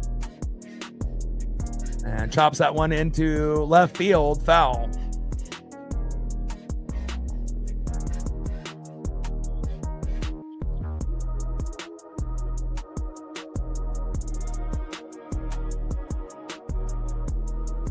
Yeah, that was called a ball on the steal, which should have been a strike. So it shows you how they're going against us now. I mean, it's clearly in the box, and there's no way in hell ball 2 off the steal should have been a ball. It should have been a strike. There's no doubt about that. And then it would have already been strike 3, and that runner would have already, batter would have already been out. But, you know, of course that we don't get that call. And it wasn't even really on the line. It was in the box. But, you know, 1-2 pitch. Slow dribbler up the middle. Naylor got it and collides with him, and he keeps hanging on to that baseball. Great job. And again, if we had a small first baseman, we would have been screwed there. And Carpenter tried to kind of give him a little check there. But, hey, you know, we got a big boy, too, and Josh Naylor. Great job by not dropping that baseball. 2 away.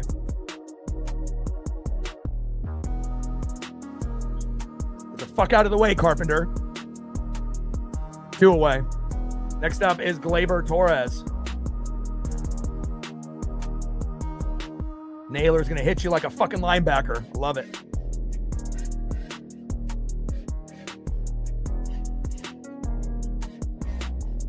Runner at third with 2 outs. 3-3 Mariners and Tigers. Bottom of the 5th, runner at third, 2 outs. And they're going to automatically, intentionally walk Gleyber Torres. And now they're going to put on Colt Keith with runners at first and third. What are these decisions that Dan Wilson is making? Golly.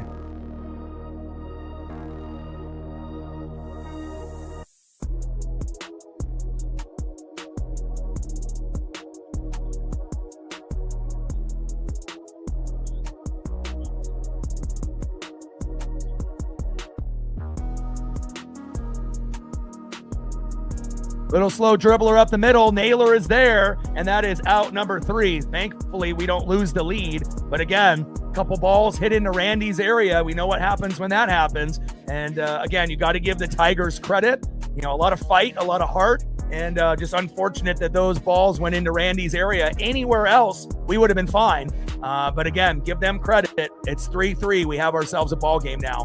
End of the 5th inning, 3-3 tie. Let's go to the top of the 6th. And see who's up next here for Seattle. Let's see if we can take the lead back.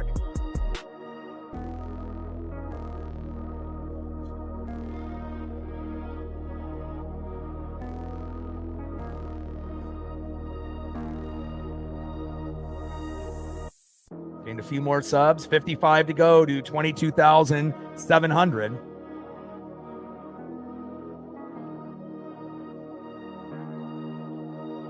Next up for the Mariners, 1 for 2 with a K, third baseman Eugenio Suarez.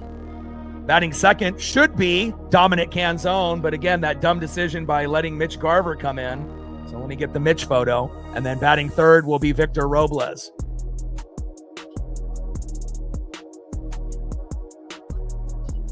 Now, Mitch did get a walk in his first at-bat, so I guess, it is what it is. But typically, you don't want to replace a guy that ended up getting the RBI that got us the 1-0 lead, and then you put in Mitch Garver for that?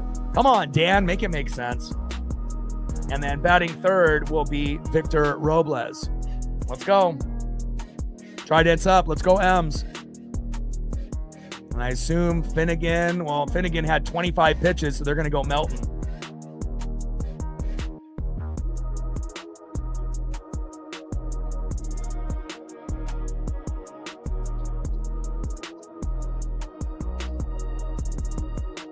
All right, Troy Melton coming into the game here in the top of the sixth. Melton on the mound, Gino in the box.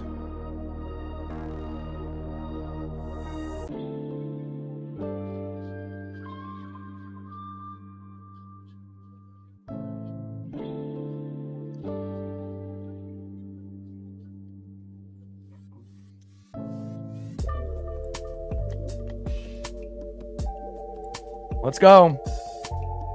We need other people to help out other than just captain. Like, sub, donate, comment, share. With 800 in the room, we should be able to hit 500.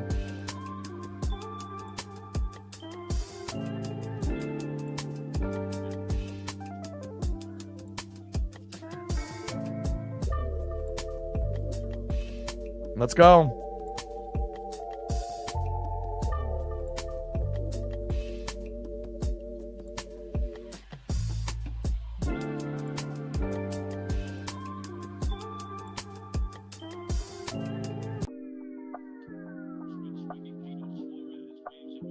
First pitch to Eugenio Suarez. Big swing and a miss. 0-1 count. Come on, Gino. Gino in the box. Troy Melton on the mound. 0-1 pitch. Big swing and a miss. No balls and 2 strikes to Eugenio Suarez. Come on, Gino.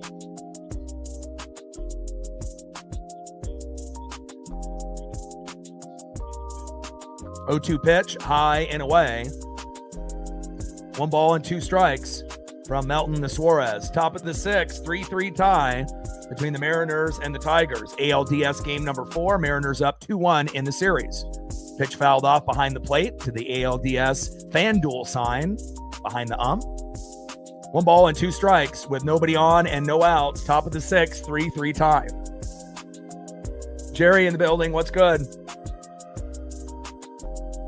1-2 pitch, little slow dribbler. Melton's got it. Flip to first, and that is 1 away.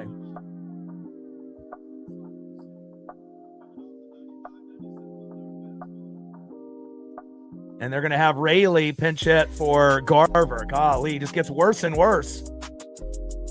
The hell are we doing? It would have been much better just, sticking it out with Dom no matter what. Doesn't matter, if it's a lefty or a righty. You go with the best player. And if you're going to be going with like a Luke Rayleigh or a Mitch Garver, what about like Leo Rivas, Harry Ford? Give these guys a chance rather than a guy that, only way this guy can get on fucking base if he gets walked or hit by a pitch lately. Just being honest. If anyone is overdue for a big play, it's Luke, but his timing has been completely off and he's a liability on defense also. Big swing and a miss. No balls and 2 strikes to Luke Rayleigh. 0-2 pitch. High and away. 1 ball and 2 strikes from Melton to Rayleigh. I mean, this is the playoffs. This isn't fucking an exhibition game. Putting in Mitch Garver and Luke Rayleigh over Dom was the dumbest thing I've ever seen. Big swing and a miss, and that is strike 3 on Luke Rayleigh. What the fuck did you think was going to happen, idiot?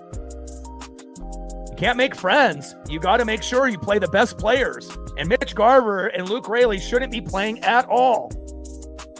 period. When you got a guy like Dom. Next up, Victor Robles. Melton on the mound. Robles in the box. First pitch, fouled off. Behind the plate, 0-1 count. Top of the 6th inning, 3-3 Mariners and Tigers. Let's go, Victor. I mean, almost every at-bat for Rayleigh's fucking terrible. He only gets on with walks or if he gets hit by a pitch, kind of like Garver. Takes a strike looking low and at the knees. Nice pitch by Melton there. No balls and 2 strikes to Victor Robles. I mean, every out is so much more magnified, especially since they've come back. You know, you just don't want an automatic out for the Tigers. You want to make sure you have a chance on every batter the rest of the way. I mean, we are in the top of the 6th. We're not in the 1st inning. Pitch is high and away. 2 balls and 2 strikes to Victor Robles.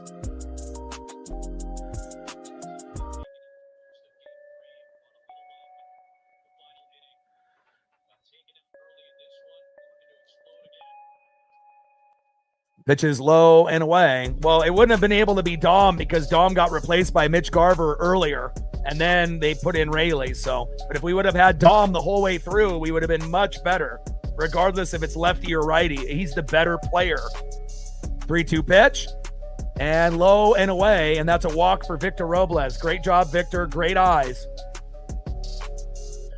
Victor to first. We're great with 2 outs, and we're great in the 6th, 7th, and 8th and 9th inning. Next up is J.P. Crawford. Let's go, J.P. Open this game up, baby.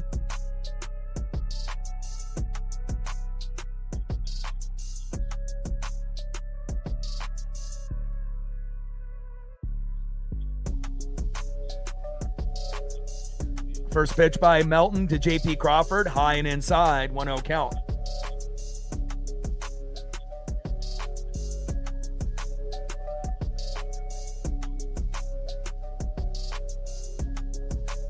Pitch.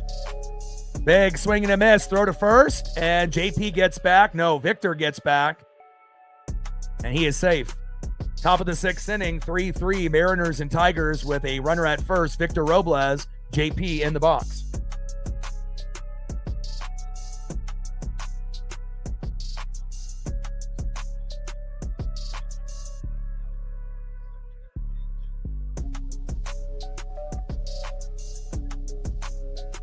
Come on, JP.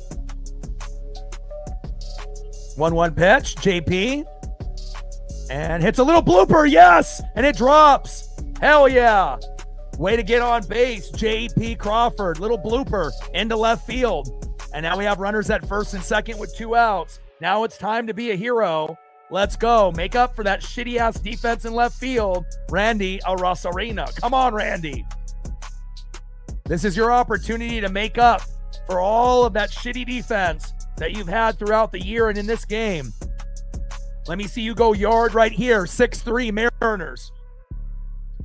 First pitch, big swing and a miss. 0-1 count. I mean, we'll take a single or an RBI, but let's see if Randy can come up with a little magic here. Come on, Randy. 1 for 3. Single in the 5th and a run.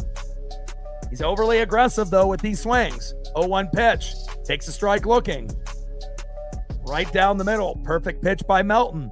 No balls and 2 strikes to Randy Arozarena. Come on, Randy.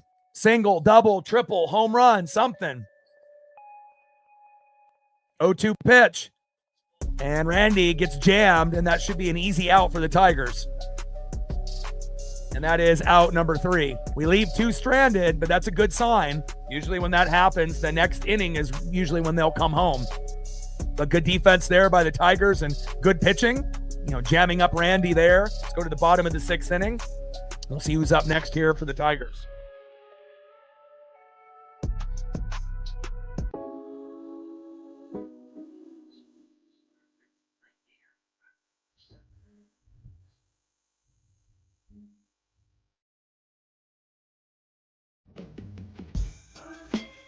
Gained 10 more subs since the last commercial break. 45 more subs to go, do 22,700. Let's go. And we've gained 50 to 60 already here today. Let's go.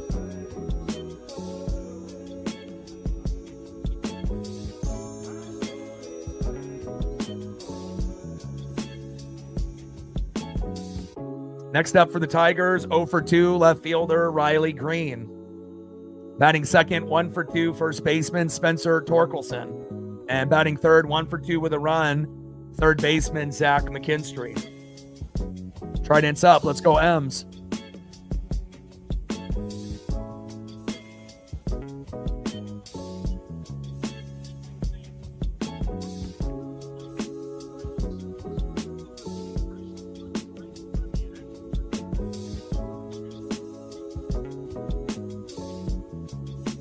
ALDS Game 4, Seattle leading 2-1 in the series. And again, they should have just kept going with Bryce Miller. He was only at 55 pitches. They got greedy, brought in Gabe because he thought he was, doing the right thing strategy-wise. But when have we ever known Dan Wilson to be good at strategy? He's not. And it came back to bite us.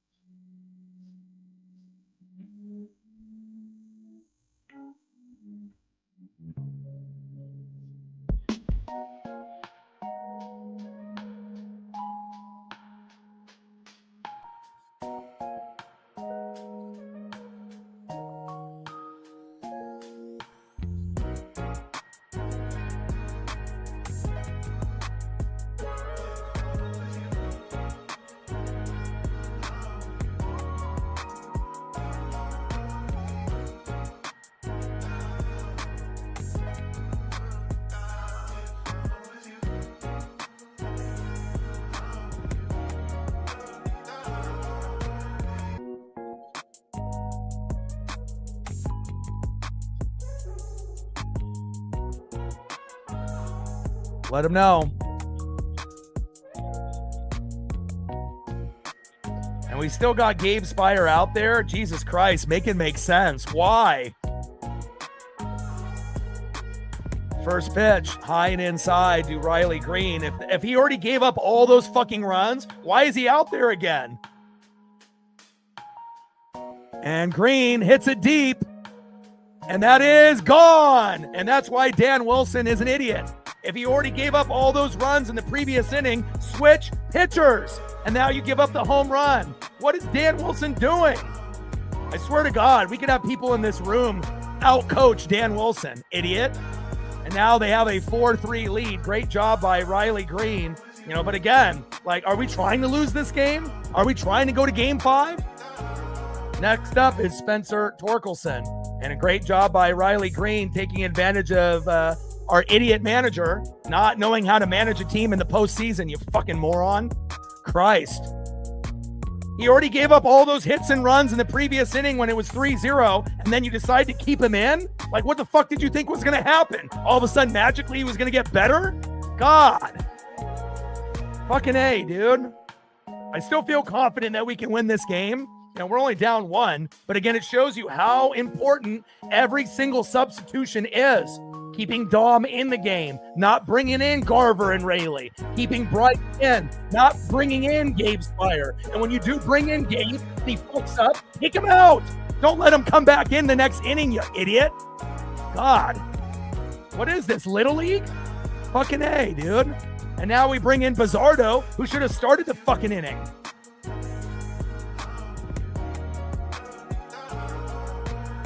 Fucking sick and tired of Dan's fucking idiot managing skills.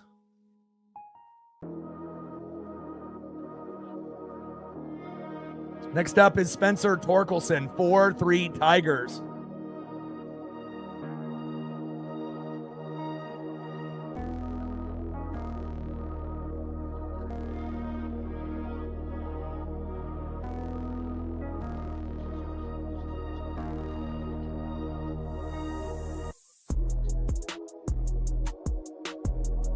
Bizzardo coming in should have been the guy that started the inning, or possibly been the guy that came in after Bryce Miller, not Gabe Spire. You go with your best guys in an elimination game. You don't go with your second best, your third best, your fourth best. You don't bring in Caleb Ferguson at the end of the fucking game, when you have Munoz. Use your goddamn brain. Are you trying to actually win? Are you trying to sabotage? What the fuck is going on here? I mean, we got a chance to close it out, and I do believe we have a chance to win, and we can win in Seattle in Game 5, Skubal versus Kirby. But again, in a game that, could have been winnable, the game is slipping away. You have to look at what's in front of you. You can't overthink 2 innings ahead or next game. You got to think right now, right here, what's in front of you. James with a tour. Stacks. Racks with a little Cactus Jack. Bang, bang. Another $2 holla on the Dono train. I mean, this is Dan Wilson's first year managing, and it fucking shows. Why aren't there guys like Seitzer and Edgar to speak up and say no?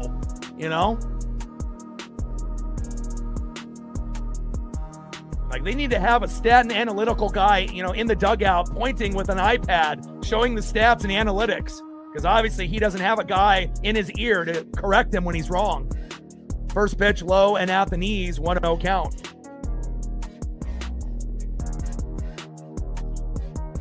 1-0 pitch, takes a strike looking right down the middle. 1 ball and 1 strike to Spencer Torkelson. And fair ball towards the third base line, of course. Oh, and who gets it? Randy. Oh, is it a double? Of course it is. Now, can we get a review to see if this was actually fair or foul? And we can't even review it.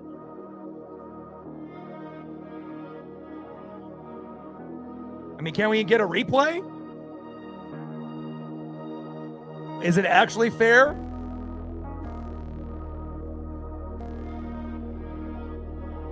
That's foul.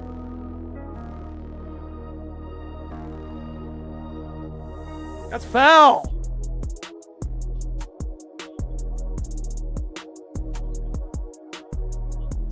I don't know about that. That looked foul to me.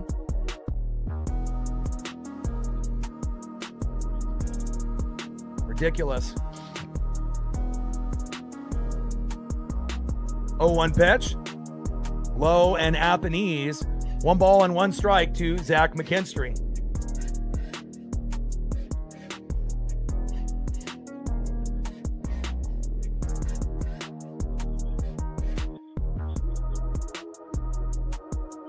Low and at the knees. 2 balls and 1 strike to Zach McKinstry.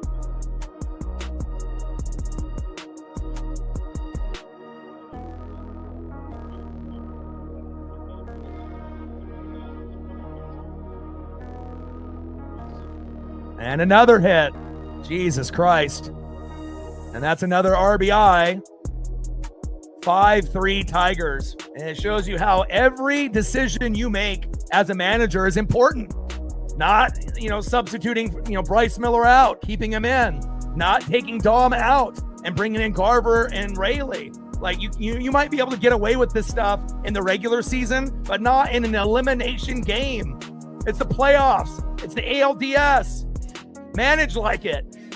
But you got to give the Tigers a hell of a lot of credit, making, the most out of, an inexperienced manager, to say the least. Next up is Dylan Dingler. Marcos with the tour. And again, can we still come back and win? Of course. We still got plenty of innings left. But again, when you're up 3-0, it could have been 3-1. And again, making bad decisions at the worst possible time, and having the other team gain a lot of confidence and momentum, it shows you that Uncle Mo is real, and the Tigers have all the momentum now. First pitch to Dingler, low and away, 1-0 count.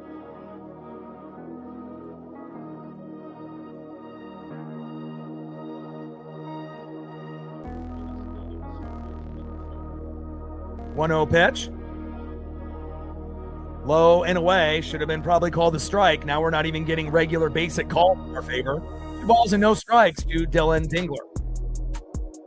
Dingler in the box. Bizzardo on the mound.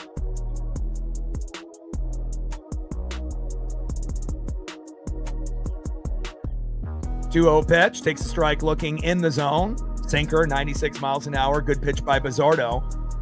2 balls and 1 strike to Dylan Dingler.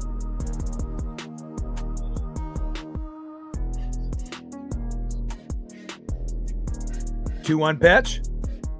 Fouls that one back to the Comerica Park Bricks. 2 balls and 2 strikes with a runner at first and no outs. 5-3 Tiger lead after the Mariners are comfortably up 3-0, but that didn't last very long.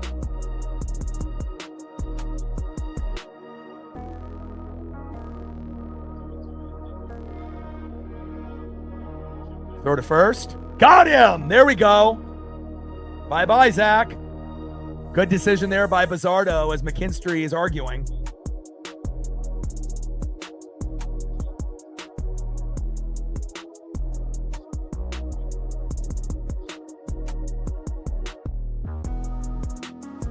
Let's see if they end up challenging this or not.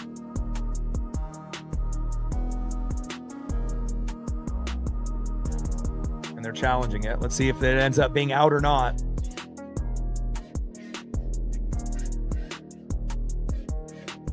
Oh, he's out.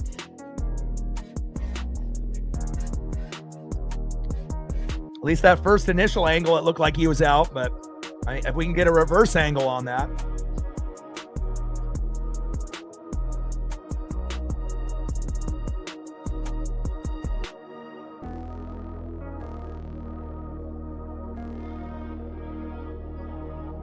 Looks out to me.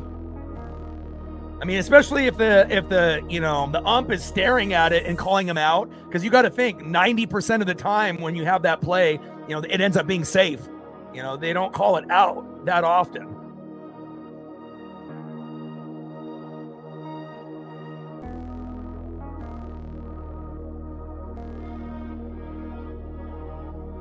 Runner is out. Good call. There we go. It was the correct call.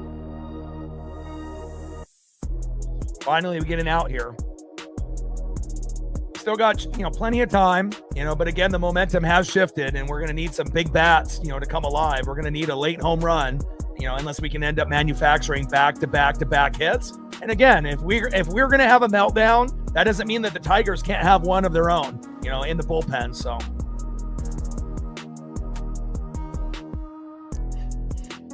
And that's strike 3 looking. Nice job by Bizzardo. Down goes Dingler on strikes. Sven with a tour. Stacks. Racks with a little Cactus Jack. Bang, bang. Appreciate you. Sven with a tour. As well as Marcos with the tour. Appreciate you too.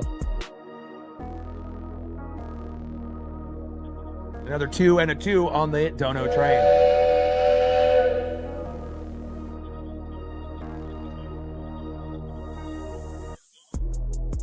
Next up is Wenzel Perez.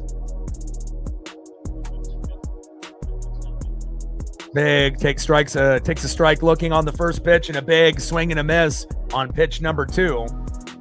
No ball, strikes. Wenzel Perez.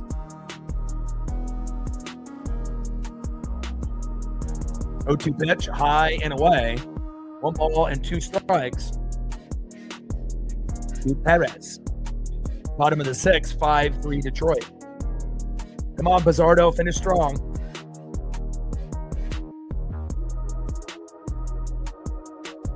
Pitch is low and at the knees to Perez.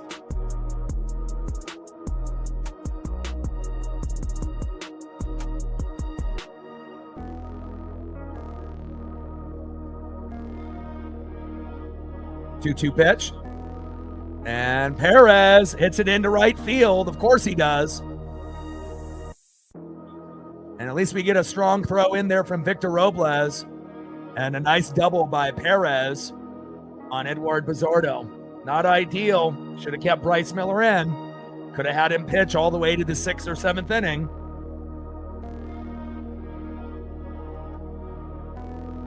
Got to get out of this fucking inning at some point. Next up, shortstop, Javi Baez. Bottom of the 6th, runner at second, 5-3 Tiger lead.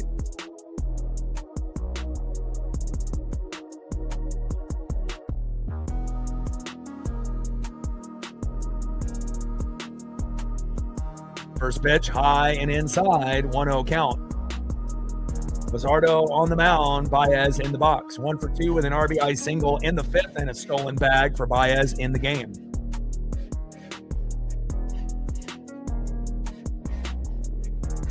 And crushes it into left field. Gone!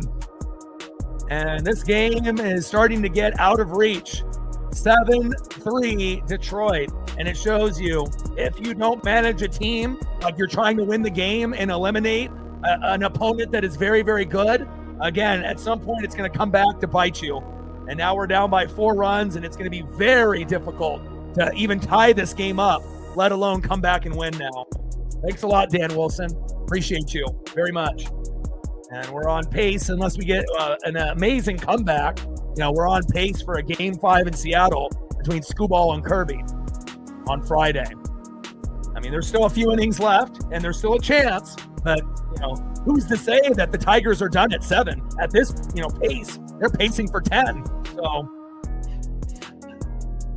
sometimes the cookie doesn't crumble when, you know, the way that you want. But you got to give Detroit credit, you know. Elimination game, they won game 1. We won 2 in a row. And again, bullpen pitching, so important for both teams. And it shows you how important those substitutions are. Taking Dom out, bringing in Garver and then Rayleigh, and then not keeping Bryce Miller in, maybe on his best start of the year, and then deciding to go with Gabe Spire and Pizzardo and having them fuck this game up. Next up is Kerry Carpenter. Disappointing, to say the least. 0-2 pitch, low and away. 1 ball and 2 strikes to Kerry Carpenter. You know, and there's still a chance. You know, if we can get a same type of meltdown, you know, on the Tiger bullpen, there's a chance that we could end up getting, you know, an RBI situation or a 3-run jack to get us back in it. But, like, who are we going to have pitch at that point on our end? So we don't continue to keep up, you know, this debacle of a crazy amount of runs that we've been giving up. And finally, Julio gets out number 3. And again, great job by Detroit. You know, again, you can't really say anything bad about that. I mean, that's an amazing rally. You're at home. You were down 3-0. You took advantage of the Mariners' mistakes by Dan Wilson. And again, you're at a 4-run lead now, and now the pressure is really on.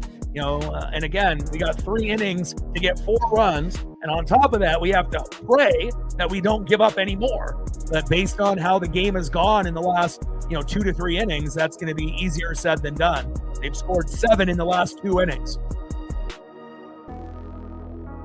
We're going to need a miracle.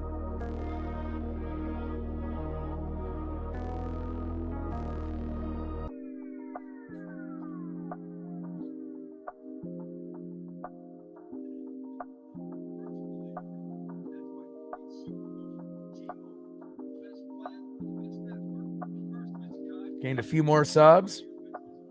43 to go to 22,700.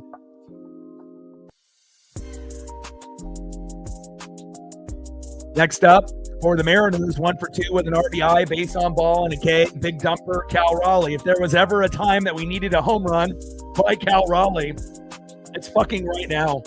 At this case, we need back-to-back homers by Cal and Julio. Julio 0 for 3 with a K. But again, if we can get it to 7-5 and Cal and Julio can homer back-to-back, we're in business. And then batting third, another guy that we would need to hit a homer at some point, 0 for 3 with 2 Ks, Jorge Polanco. I mean, best case scenario, home run here, and home run here. But we know the chances of that happening is like 0%. So, but a guy can dream.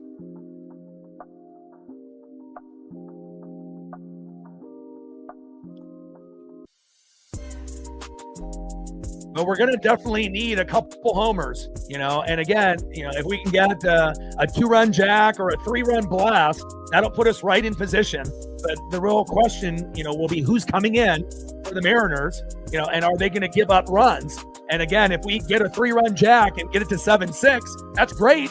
But again, if we end up having a shitty pitcher come in, like Caleb Ferguson yesterday or like a Vargas, and they give up a few runs, everything that we did to catch up is going to be gone in a heartbeat. So hopefully we can find a way, to kind of chip away. But who knows if we're going to be able to keep them at 7 based on the decision making of Dan Wilson in this game. Not ideal.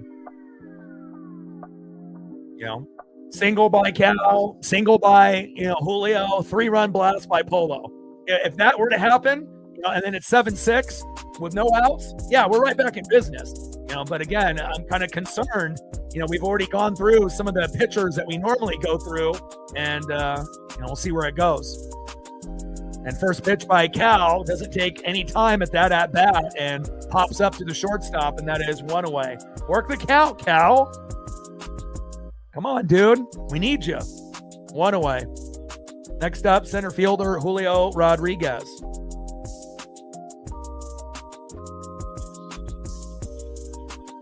First pitch in there, takes a strike looking, 0-1 count.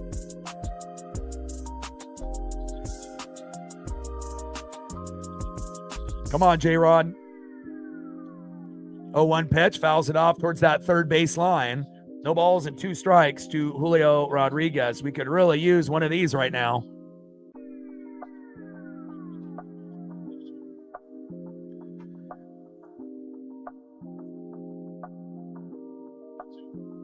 Big swing and a miss. And Melton with the fantastic punch out there. Nice job by Troy bringing the electricity for the Tiger fan base, and that is 2 away. Nice job by Melton. Next up for the Mariners with 2 outs, Jorge Polanco. Come on, Polo. We need a little magic.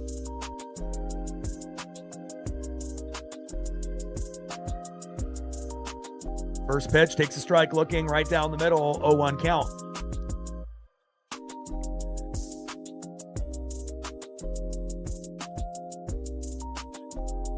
Oh, 0-1 pitch. Fouls that one off high and away. No balls and 2 strikes to Jorge Polanco.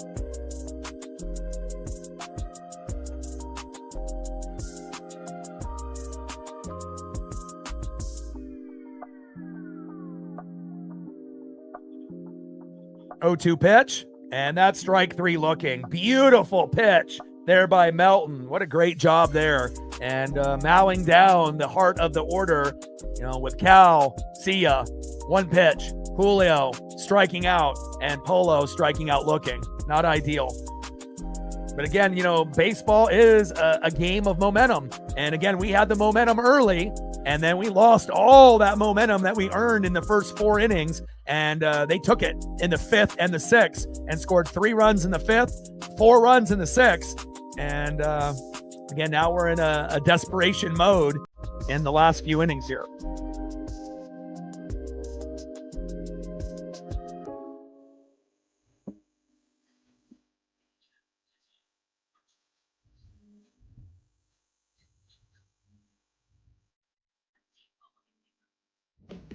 Need a few more subs.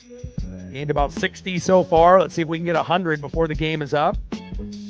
Like, sub, donate, comment, share. If you haven't smashed that like button yet, please do. Help us get to 500 likes, 100 on the dono train, and we're looking to get 100 subs. Let's go. Let's see who's up next here for the Detroit Tigers. Fantastic comeback by Detroit. And that's why this is the best series out of all the series that are being played. You got the Blue Jays up 2-1 on the Yankees, right? You got the Dodgers up 2-0 on Philly, winning the first 2 games in Philly. That might be over today in Los Angeles. And then obviously we know Milwaukee is up 2-0 on Chicago, and we'll see if they can find a way to advance today as well. Next up, 1 for 2 with a base on ball and a K, former Yankee Gleyber Torres. Batting second, 0 for 3, DHing Colt Keith. And batting third, 1 for 3 with a run and an RBI, left fielder Riley Green. And again, you got to give, AJ Hinch, the manager, for the Tigers, a whole lot of credit. And again, you have to give credit, to those key batters, finding ways to hit it to our weakness, which is Randy with a ground ball in left field. I mean, if we get literally any play other than a ground ball to Randy, we're good. But when it goes to him, He doesn't hustle. He jogs. He doesn't throw it in with a laser. He lobs it. Singles turn into doubles. Doubles turn into triples. Momentum starts the game. And then all of a sudden, in a game when we're up 3-0, you look at the scoreboard. Now we're down by fucking 4. And now we bring in Carlos Vargas. Holy hell. And hopefully this is the good Vargas. Otherwise, if it's not, it's going to be 10-3 in a moment.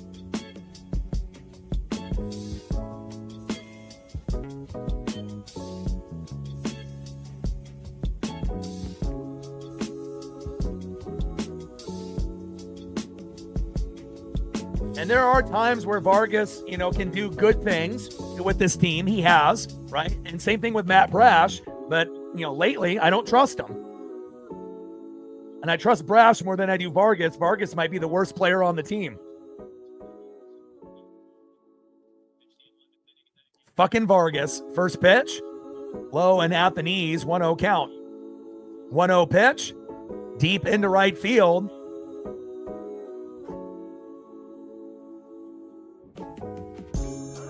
And that's a home run. Unbelievable. Nice job, Carlos Vargas. It only took you 2 pitches to give up a home run. Great job, Dan Wilson. Great job. Unbelievable. Marcos with a 5-er. Another 5-er on the dono train. Hell, every donation from here on out I might need for fucking therapy for Dan Wilson's fucking horrible managing skills here in ALDS game number 5. Great job, Vargas. Like I said, I don't trust you, and you shouldn't be on the team. Way to give up a home run on the second pitch. You're awesome. Next up is Colt Keith. 8-3 Tigers. The chance of coming back in this game is slim to none now. Just being real. Even if we were able to get a grand salami or a 3-run jack, we can't stop the Tigers from scoring runs.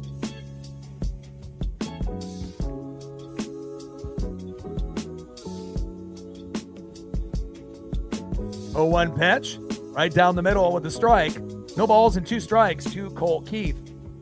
Man. It's never easy for us. It's always a fucking grind. It's never going to be something where, the Mariners sweep this team or sweep this team. It's always like, nerve-wracking to the very end, and, based on, how this game is approaching, we're going to be at a game 5 on Friday with Skubal versus George Kirby for all the marbles. And a hard hit ball to Josh Naylor. And a toe tap on the bag, and that is 1 away.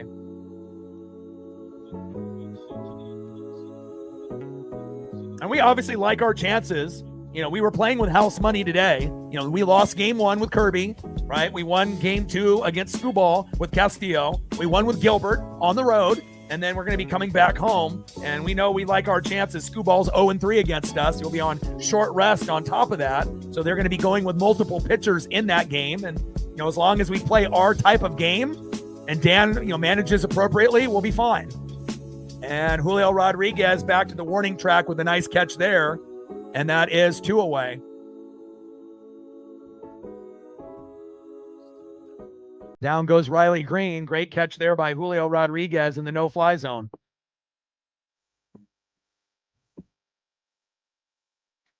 Next up is Spencer Torkelson.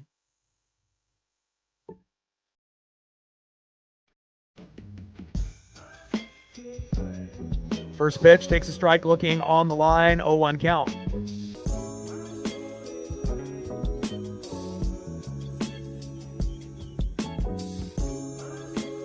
Oh, 1 pitch. Big swing and a miss. No balls and 2 strikes to Spencer Torkelson.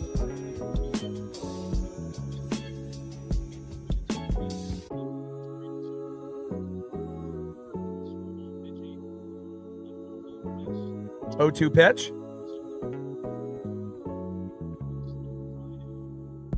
And crushes that one into right field, foul. But it really does show you how important the bullpen pitching is. Starting pitching is very, very important. Hitting is important, but obviously managing a game, super important, doing the right thing at the right time. But the bullpen is going to lose you more games than any other, thing, that baseball has to offer. All it takes is 1 or 2 pitchers to have a meltdown, and that can swing the momentum of the game, just like today. And again, Skubal is great against everyone in the league but us. So again, I feel confident that we can do it again. And nobody knows what's going to happen. It could go either way. Mariners can get the job done, or they could fumble the bag, in game 5, but nobody knows. We'll find out on Friday, more than likely. I mean, unless we come back with the most epic comeback on planet Earth, down 5 runs with Vargas still on the mound. But, the chance of us coming back to even tie this game is like 1%, maybe less than 1%. And then winning this game is not possible, more than likely. So 0-2 pitch, and that's hit towards third base foul. Now, if we were only down a couple, it would still be tough, but it would be manageable, but when you're down 5 and you got the worst player on the team on the mound, not ideal.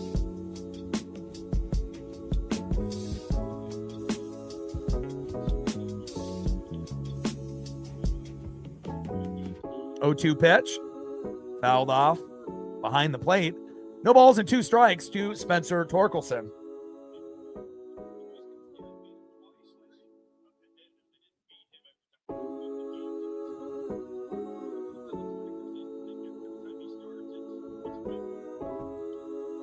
O2 pitch, crushes that one, foul again.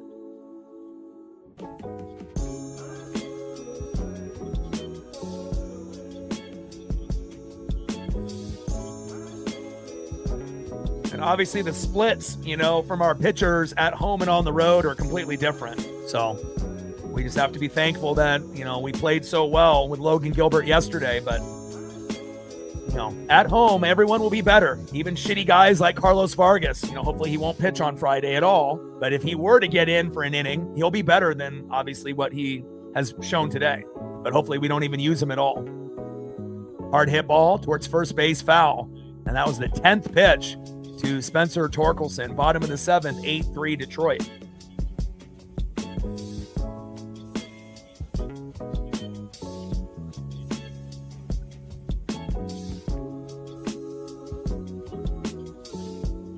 One-two pitch, and finally off the 10th pitch, popped up, and Gino was there, and that is out number 3. Wow, not what we like, not what we expected, especially being up 3-0. But again, what is the saying? It's not how you start, it's how you finish, and we failed to finish today. Let's go to the top of the 8th inning and see who's up next for the Mariners.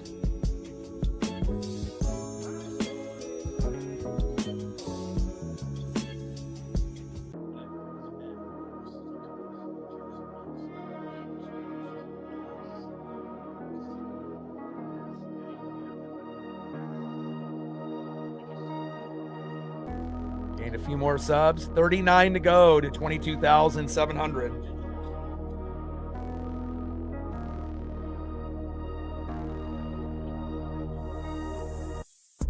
Next up for the Mariners, 2 for 3 with 2 runs. He's a proud papa, Josh Naylor. Batting second, 1 for 3 with a K, third baseman Eugenio Suarez. And batting third, since Dan Wilson doesn't know how to manage this team, will be Luke Raley.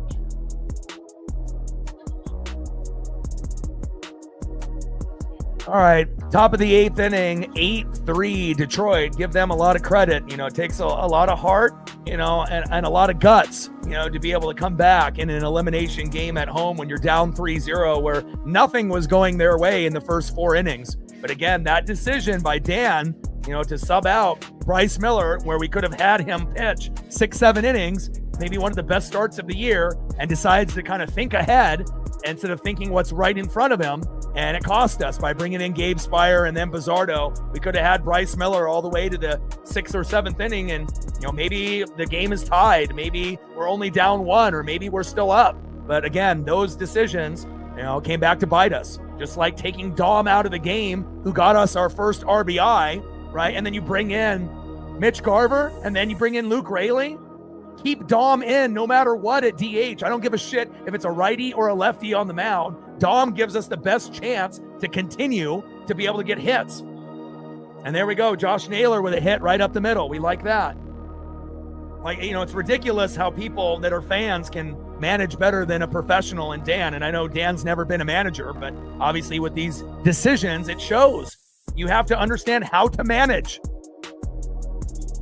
Nice job by Naylor there. Next up is Eugenio Suarez. Let's go, Gino. If there was ever a time that we needed a fucking home run, it's now.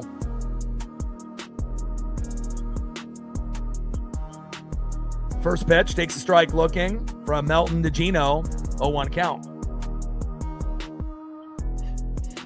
And anything that we get the rest of the way, will help us momentum-wise going into Game 5. Even if that means we only get 1 or 2 more runs, it'll help. And double play, and got him. Gino, not a whole lot of hustle there at first base. Almost looking like Randy out there. 2 away. Great defense there by the Tigers. Give them credit. And obviously this will be a for sure 100% out in Luke Raley, unless he gets hit by a pitch or walked.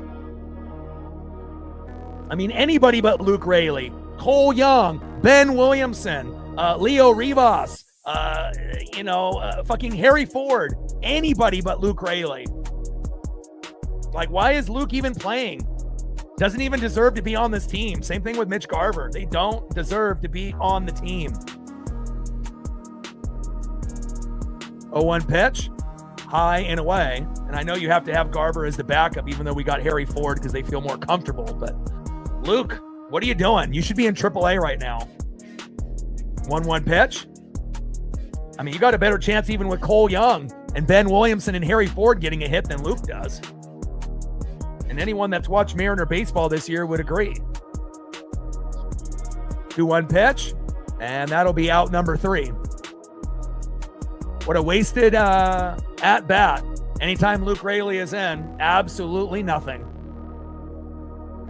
Going to the bottom of the 8th inning, 8-3 Detroit. Hell, Edgar, even at his old age, would be able to get a hit faster than Luke Raley. I 100% believe that. Hell, even Ichiro, at 50-plus years old, would be able to get a hit before Luke Raley. And Luke used to be decent, but again, he hasn't been good this year. He got injured with some minor injuries. His timing was off. He's a liability on defense, and he just doesn't have a good feel at the plate, And again, the only way that Luke gets on, is if he gets hit by a pitch or if he gets walked. The guy only has 4 home runs, and no one can even imagine when the last home run Luke was, when he hit. No one even knows when it was. You could look it up on Google, but nobody knows off the top of their head because that's how long it's been. Facts. Let's see who's up next here for the Tigers, playing fantastic here in Game 4. Next up, 2 for 3 with a run and an RBI, third baseman Zach McKinstry. Batting second, 1 for 3 with a run, RBI, and a K, catcher Dylan Dingler. And batting third, filling in for Parker Meadows, was his Wencel Perez.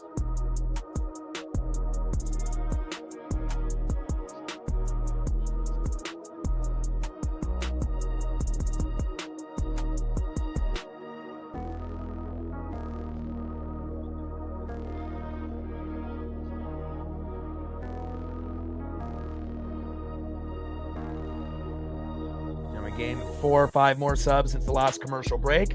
35 to go to 22,700. And we've gained about 70 plus subs. Let's see if we can get 35 more before the stream ends.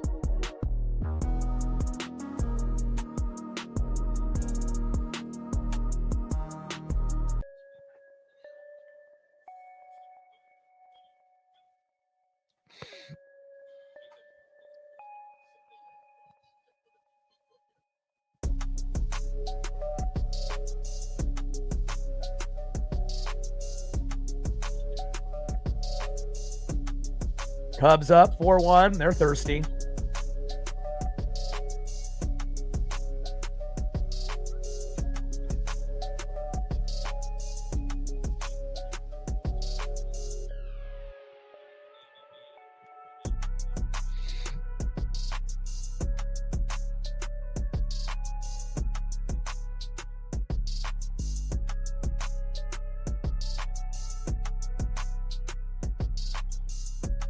Yeah, but it's also more than one, person, that is responsible for this. It's not just Dan Wilson.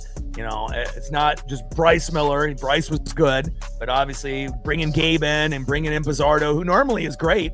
Pizzardo normally is our number one, in the pen. But, when momentum is, flipped, even your good guys in the pen will struggle. And normally, Pizzardo is our one. Gabe is probably our 2 or our 3 most of the time, so, and Bryce pitched great, but again, we were great in the first few innings. And again, we're on the road. We're not at home. So, we got game 5 at home, and I like our chances. And remember, Scooball's 0-3 against us. So it's not like Scooball's 3-0. He pitches great against everyone but us. So, if Scooball goes against Kirby, I still like our chances. And we haven't even had Woo in this whole entire series. And if we had Woo, maybe this is already a different series, and maybe it's already over. So, but we got to battle to hopefully get Woo, in the ALCS, but we got to take care of business first. 2-2 pitch. High and away. Count now is full. 3 balls and 2 strikes from Vargas to McKinstry.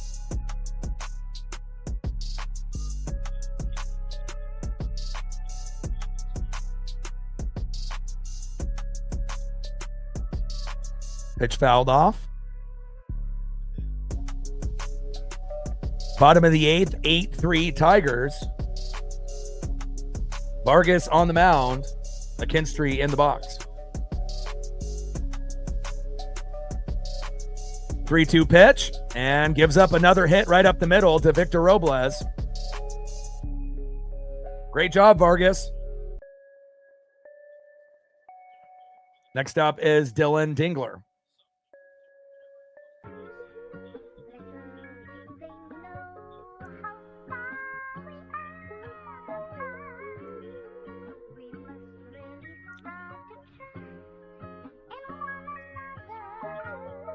I mean, if there is a kryptonite to Scooball at Seattle, nobody else.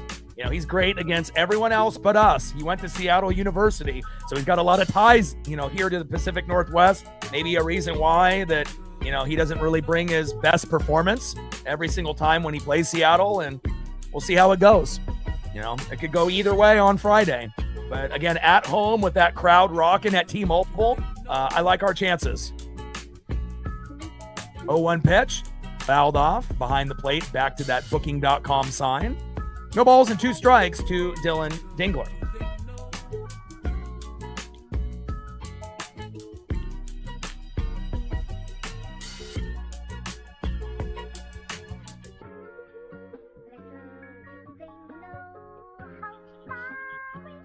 Oh-2 pitch. Should have been strike 3, but of course we don't get these calls on the road. Right in the box. Just like when that steal attempt should have been strike 3 and they called it ball right in the box. I mean, I get it. We were going to lose this game no matter what at that point, but at least call the game correctly. Don't have to go, 70-30 on the calls just because the Tigers have already won this game. You can still call the game the right way. It's like I feel like we're in New York, when it's 90-10, where the Yankees get every fucking call and then the other team gets none, or maybe 1 or 2. Pitch fouled off. I mean, we already know, that this game is over, but, at least pitch, a certain type of way. And if we're going to pitch a certain type of way, let's get the calls correct on both sides. It's not that hard. Can't wait for the ABS. 1-2 pitch. And that's a wild pitch by Vargas. Good job, Vargas, you dummy.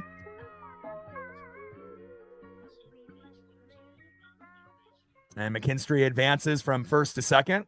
Vargas is good for a wild pitch here and there. 38 more to go to get to 400. Let's go.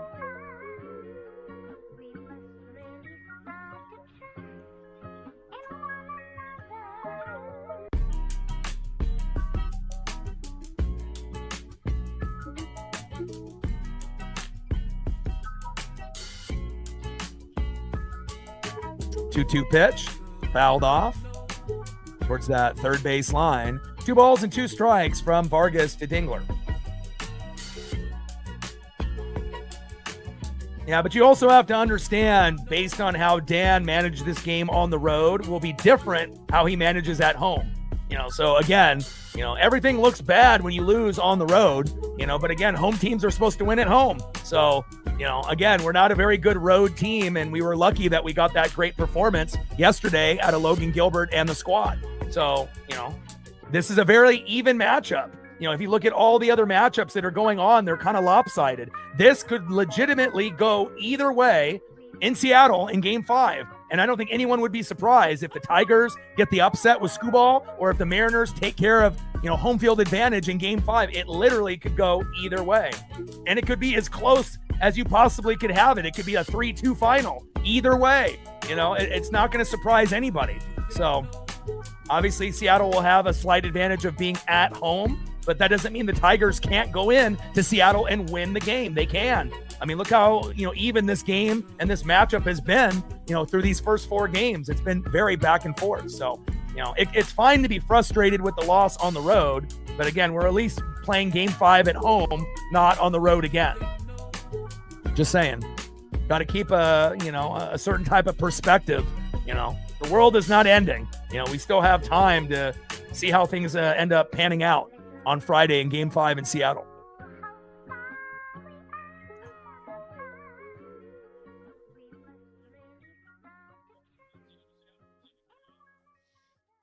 Yeah. Plus, we're a team that, has come back from, crazy things before. If you've watched this 2025 Seattle Mariner team, I've called pretty much every game beginning to end, every pitch, except for maybe 1 game a month early in the season when we were doing WWE pay-per-views or PLEs like SummerSlam and WrestleMania. So to do, 157 games out of 162, we have an idea of what this team is about.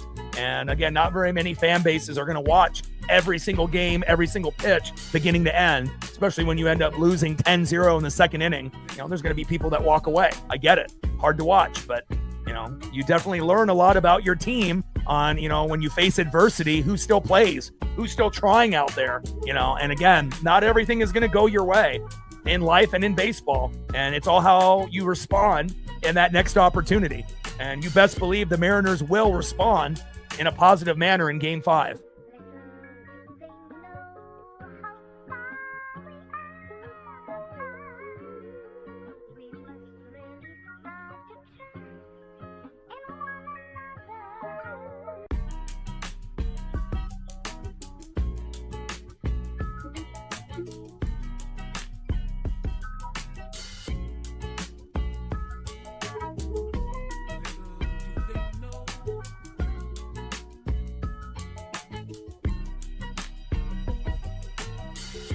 Cubs up 4-1, but the Brewers are so good that they could end up scoring 4 runs in an inning.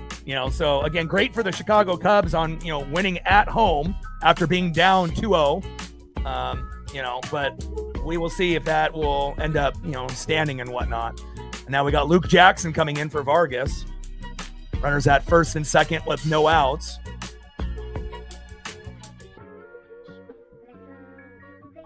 Wencel Perez in the box. First pitch in there, takes a strike looking with the slider. 0-1 count.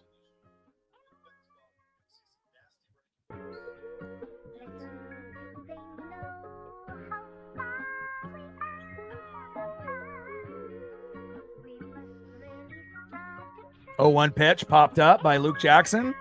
And Randy's in left field. And wow, look at that. Randy actually hustling, but it wasn't a ground ball, though. Had to cover a lot of ground there.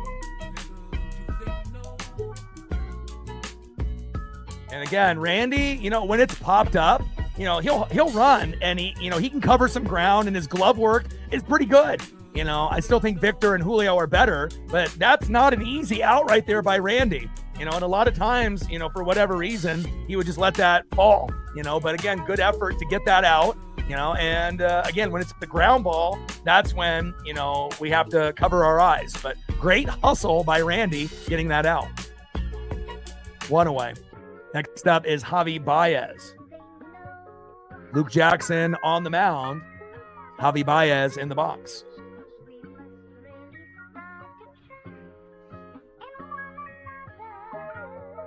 Oh, 1 pitch, high and away. 1 ball and 1 strike to Javi Baez. Yeah, even if it's rain in Seattle, we got a dome. We're not stupid like a lot of these other teams that don't have retractable roofs or, no roof at all. So if it rains in the Pacific Northwest, that's not going to affect our game or the start time. We'll be just fine. 1-1 pitch, fouled off, low and away. 1 ball and 2 strikes to Javi Baez. Bottom of the 8th, runners at first and third with 1 out, 8-3 Tiger lead. Chopper towards third, throw to second, double play, and they say that we didn't get it. And another run comes home, 9-3 Detroit. And it's not like Detroit's going to throw up a 9, on game 5 in Seattle. Realistically, it might be a little bit lower scoring and a little bit more of a battle. But realistically, it could be, 5 runs or less for both teams. Could end up being a 3-2 final or something of that nature. But if they're going to get all of these runs out of their system, I'll happily take it now so they don't do it on Friday. So if they want to keep racking up these runs, go right ahead. And then when we go in on Friday, we'll see what happens then. First pitch to Kerry Carpenter from Luke Jackson takes a strike looking on the line. 0-1 count.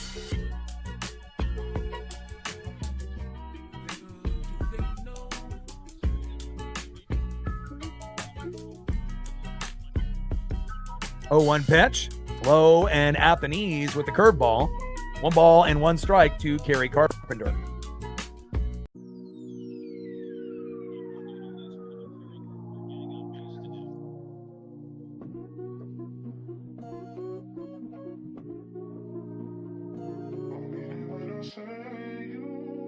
Big swing and a miss on a 1-1 pitch from Luke Jackson. 1 ball and 2 strikes to Kerry Carpenter.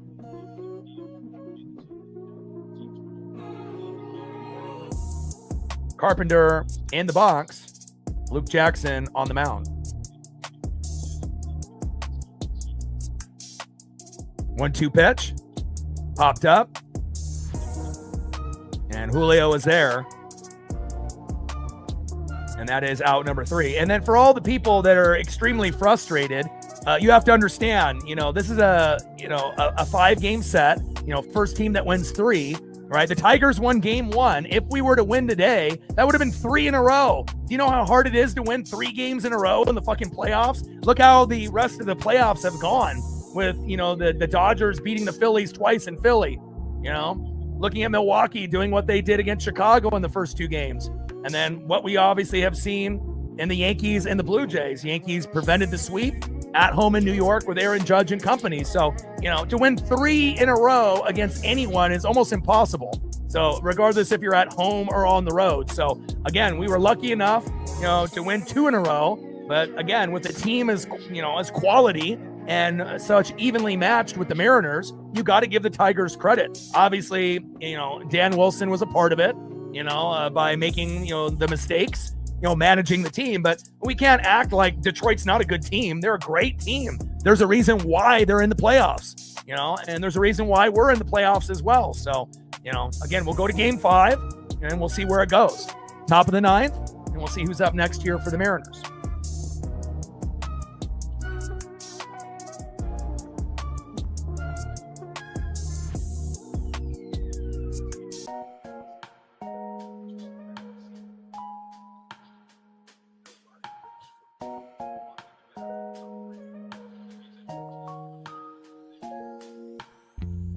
Gained a few more subs.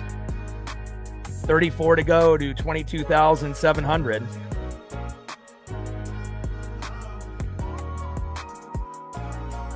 Next up is Victor Robles. Batting second on deck, shortstop J.P. Crawford. And batting third, left fielder Randy Arozarena.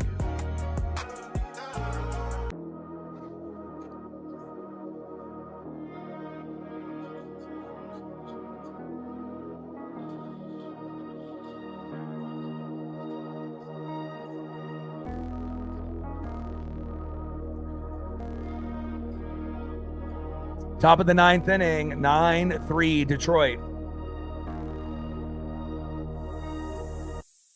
I mean, Randy, if it's a pop-up, he's good, but again, if it ends up being a ground ball, I don't know if I've seen a lazier player ever, again, and he's an all-star. So, I mean, if he was like some shitty fill-in backup player, so be it. But, when you're an all-star and, you jog to the ball, and then once you get the ball, throw it into the infield with some, sense of urgency, throw a laser, never. Always a lob, like we're playing in like spring training or something, like the games don't matter. And that's the most irritating thing about him. His legs, not using them, and his arms, I guess he only uses them when he's in the box when he swings. But, unless it ends up being a pop-up and then he can get the ball then. But hopefully things will be better in Seattle in Game 5. I believe they will be. Will Vest comes into the game for the Tigers. First pitch in there, takes a strike looking, 0-1 count. 0-1 pitch. Fouls that one behind the plate to the FanDuel sign. No balls and 2 strikes to Victor Robles.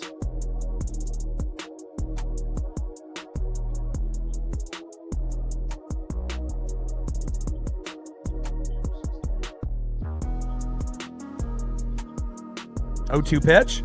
High and away. 1 ball and 2 strikes to Victor Robles. Let's go, Victor. I mean, anything that we can get here, that'll help us going into Game 5. And obviously, everyone's just going through the motions right now. We know the game is over, essentially. But we'll see if we can try to get at least one more run before the game is over. But realistically, the final more than likely will be 9-3 unless we, find a way here to get something. 2-2 pitch and a slow dribbler up the middle. And that is 1 away. Next up is J.P. Crawford. And I better not see Luke Raley or Mitch Garver play at all on Game 5.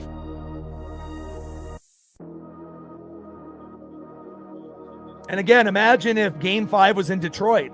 The fear would be real, this isn't good, so again, at least we have Game 5, in Seattle. So yeah, it sucks losing this game today, but it could be much worse. We could have Game 5 in Detroit, on Thursday or Friday, and then you realistically would have a very strong chance of losing, especially if the pitching isn't very good.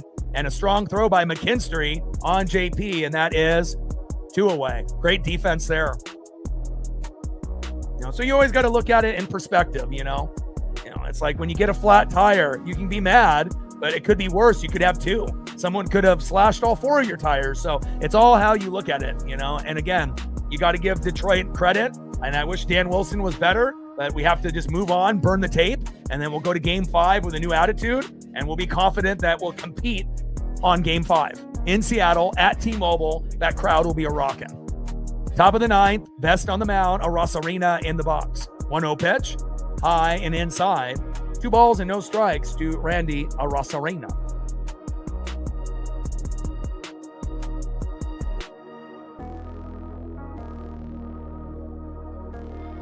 (2-0 pitch, right down the middle.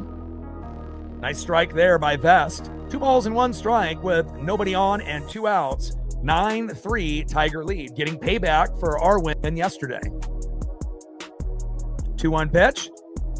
Tries to jam him, and it goes back to the Strauss workwear. Sign behind the plate, behind the ump. 2 balls and 2 strikes to Randy Arosarena.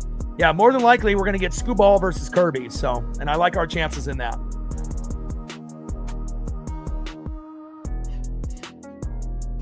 (2-2 pitch, big swing and a miss, and a nice job by Vest with the punch out. Congratulations to the Tigers. You guys earned it. And again, not ideal, in a situation, but again, that would have been the 3rd win in a row for the Mariners. And it's hard to win 3 in a row, regardless on who you're playing in the playoffs. So again, we were lucky to get 2 in a row, and now we'll go to Game 5. I think a lot of us thought it was going to go 5 games anyways. And again, we were playing with house money today. And, Dan was not the best manager. He paid the price for it. And you got to give credit to Detroit. They're a very, very good team. And again, they found a way to win at home, which you're supposed to do in the playoffs. So we'll see where it goes. And again, I'm definitely looking forward to Game 5 on Friday. And then obviously on Thursday, I assume that we're going to be doing Thursday night football. What is it? Eagles and Giants. with Jackson Dart versus Jalen Hurts. So more than likely, we're going to end up doing that. And then we'll end up being here on Friday for Game 5 with the Tigers versus the Mariners at T-Mobile. So I love you guys, and I appreciate you guys very, very much. Hope you guys enjoyed the broadcast. And again, wish it went, obviously the Mariners' way, but you can't always get what you want in life right away. Sometimes you got to be patient to get what you want. Love you guys, and I appreciate you guys. Shout out to all the people that liked, subbed, donated, commented, shared. I appreciate you. And I got one question for you. Who you know talks sports like us? Your boy Ryan, Northwest Sports Fanatics. Final score, Tigers 9, Mariners 3 in the ALDS game number 4. And we will be live for Thursday Night Football tomorrow on the stream. And then on Friday, Game 5, Tigers and Mariners on the stream as well. Hope you guys have a great Wednesday, and look forward to seeing you guys on Thursday for Thursday Night Football. Go M's, and I'm out. Tridents up.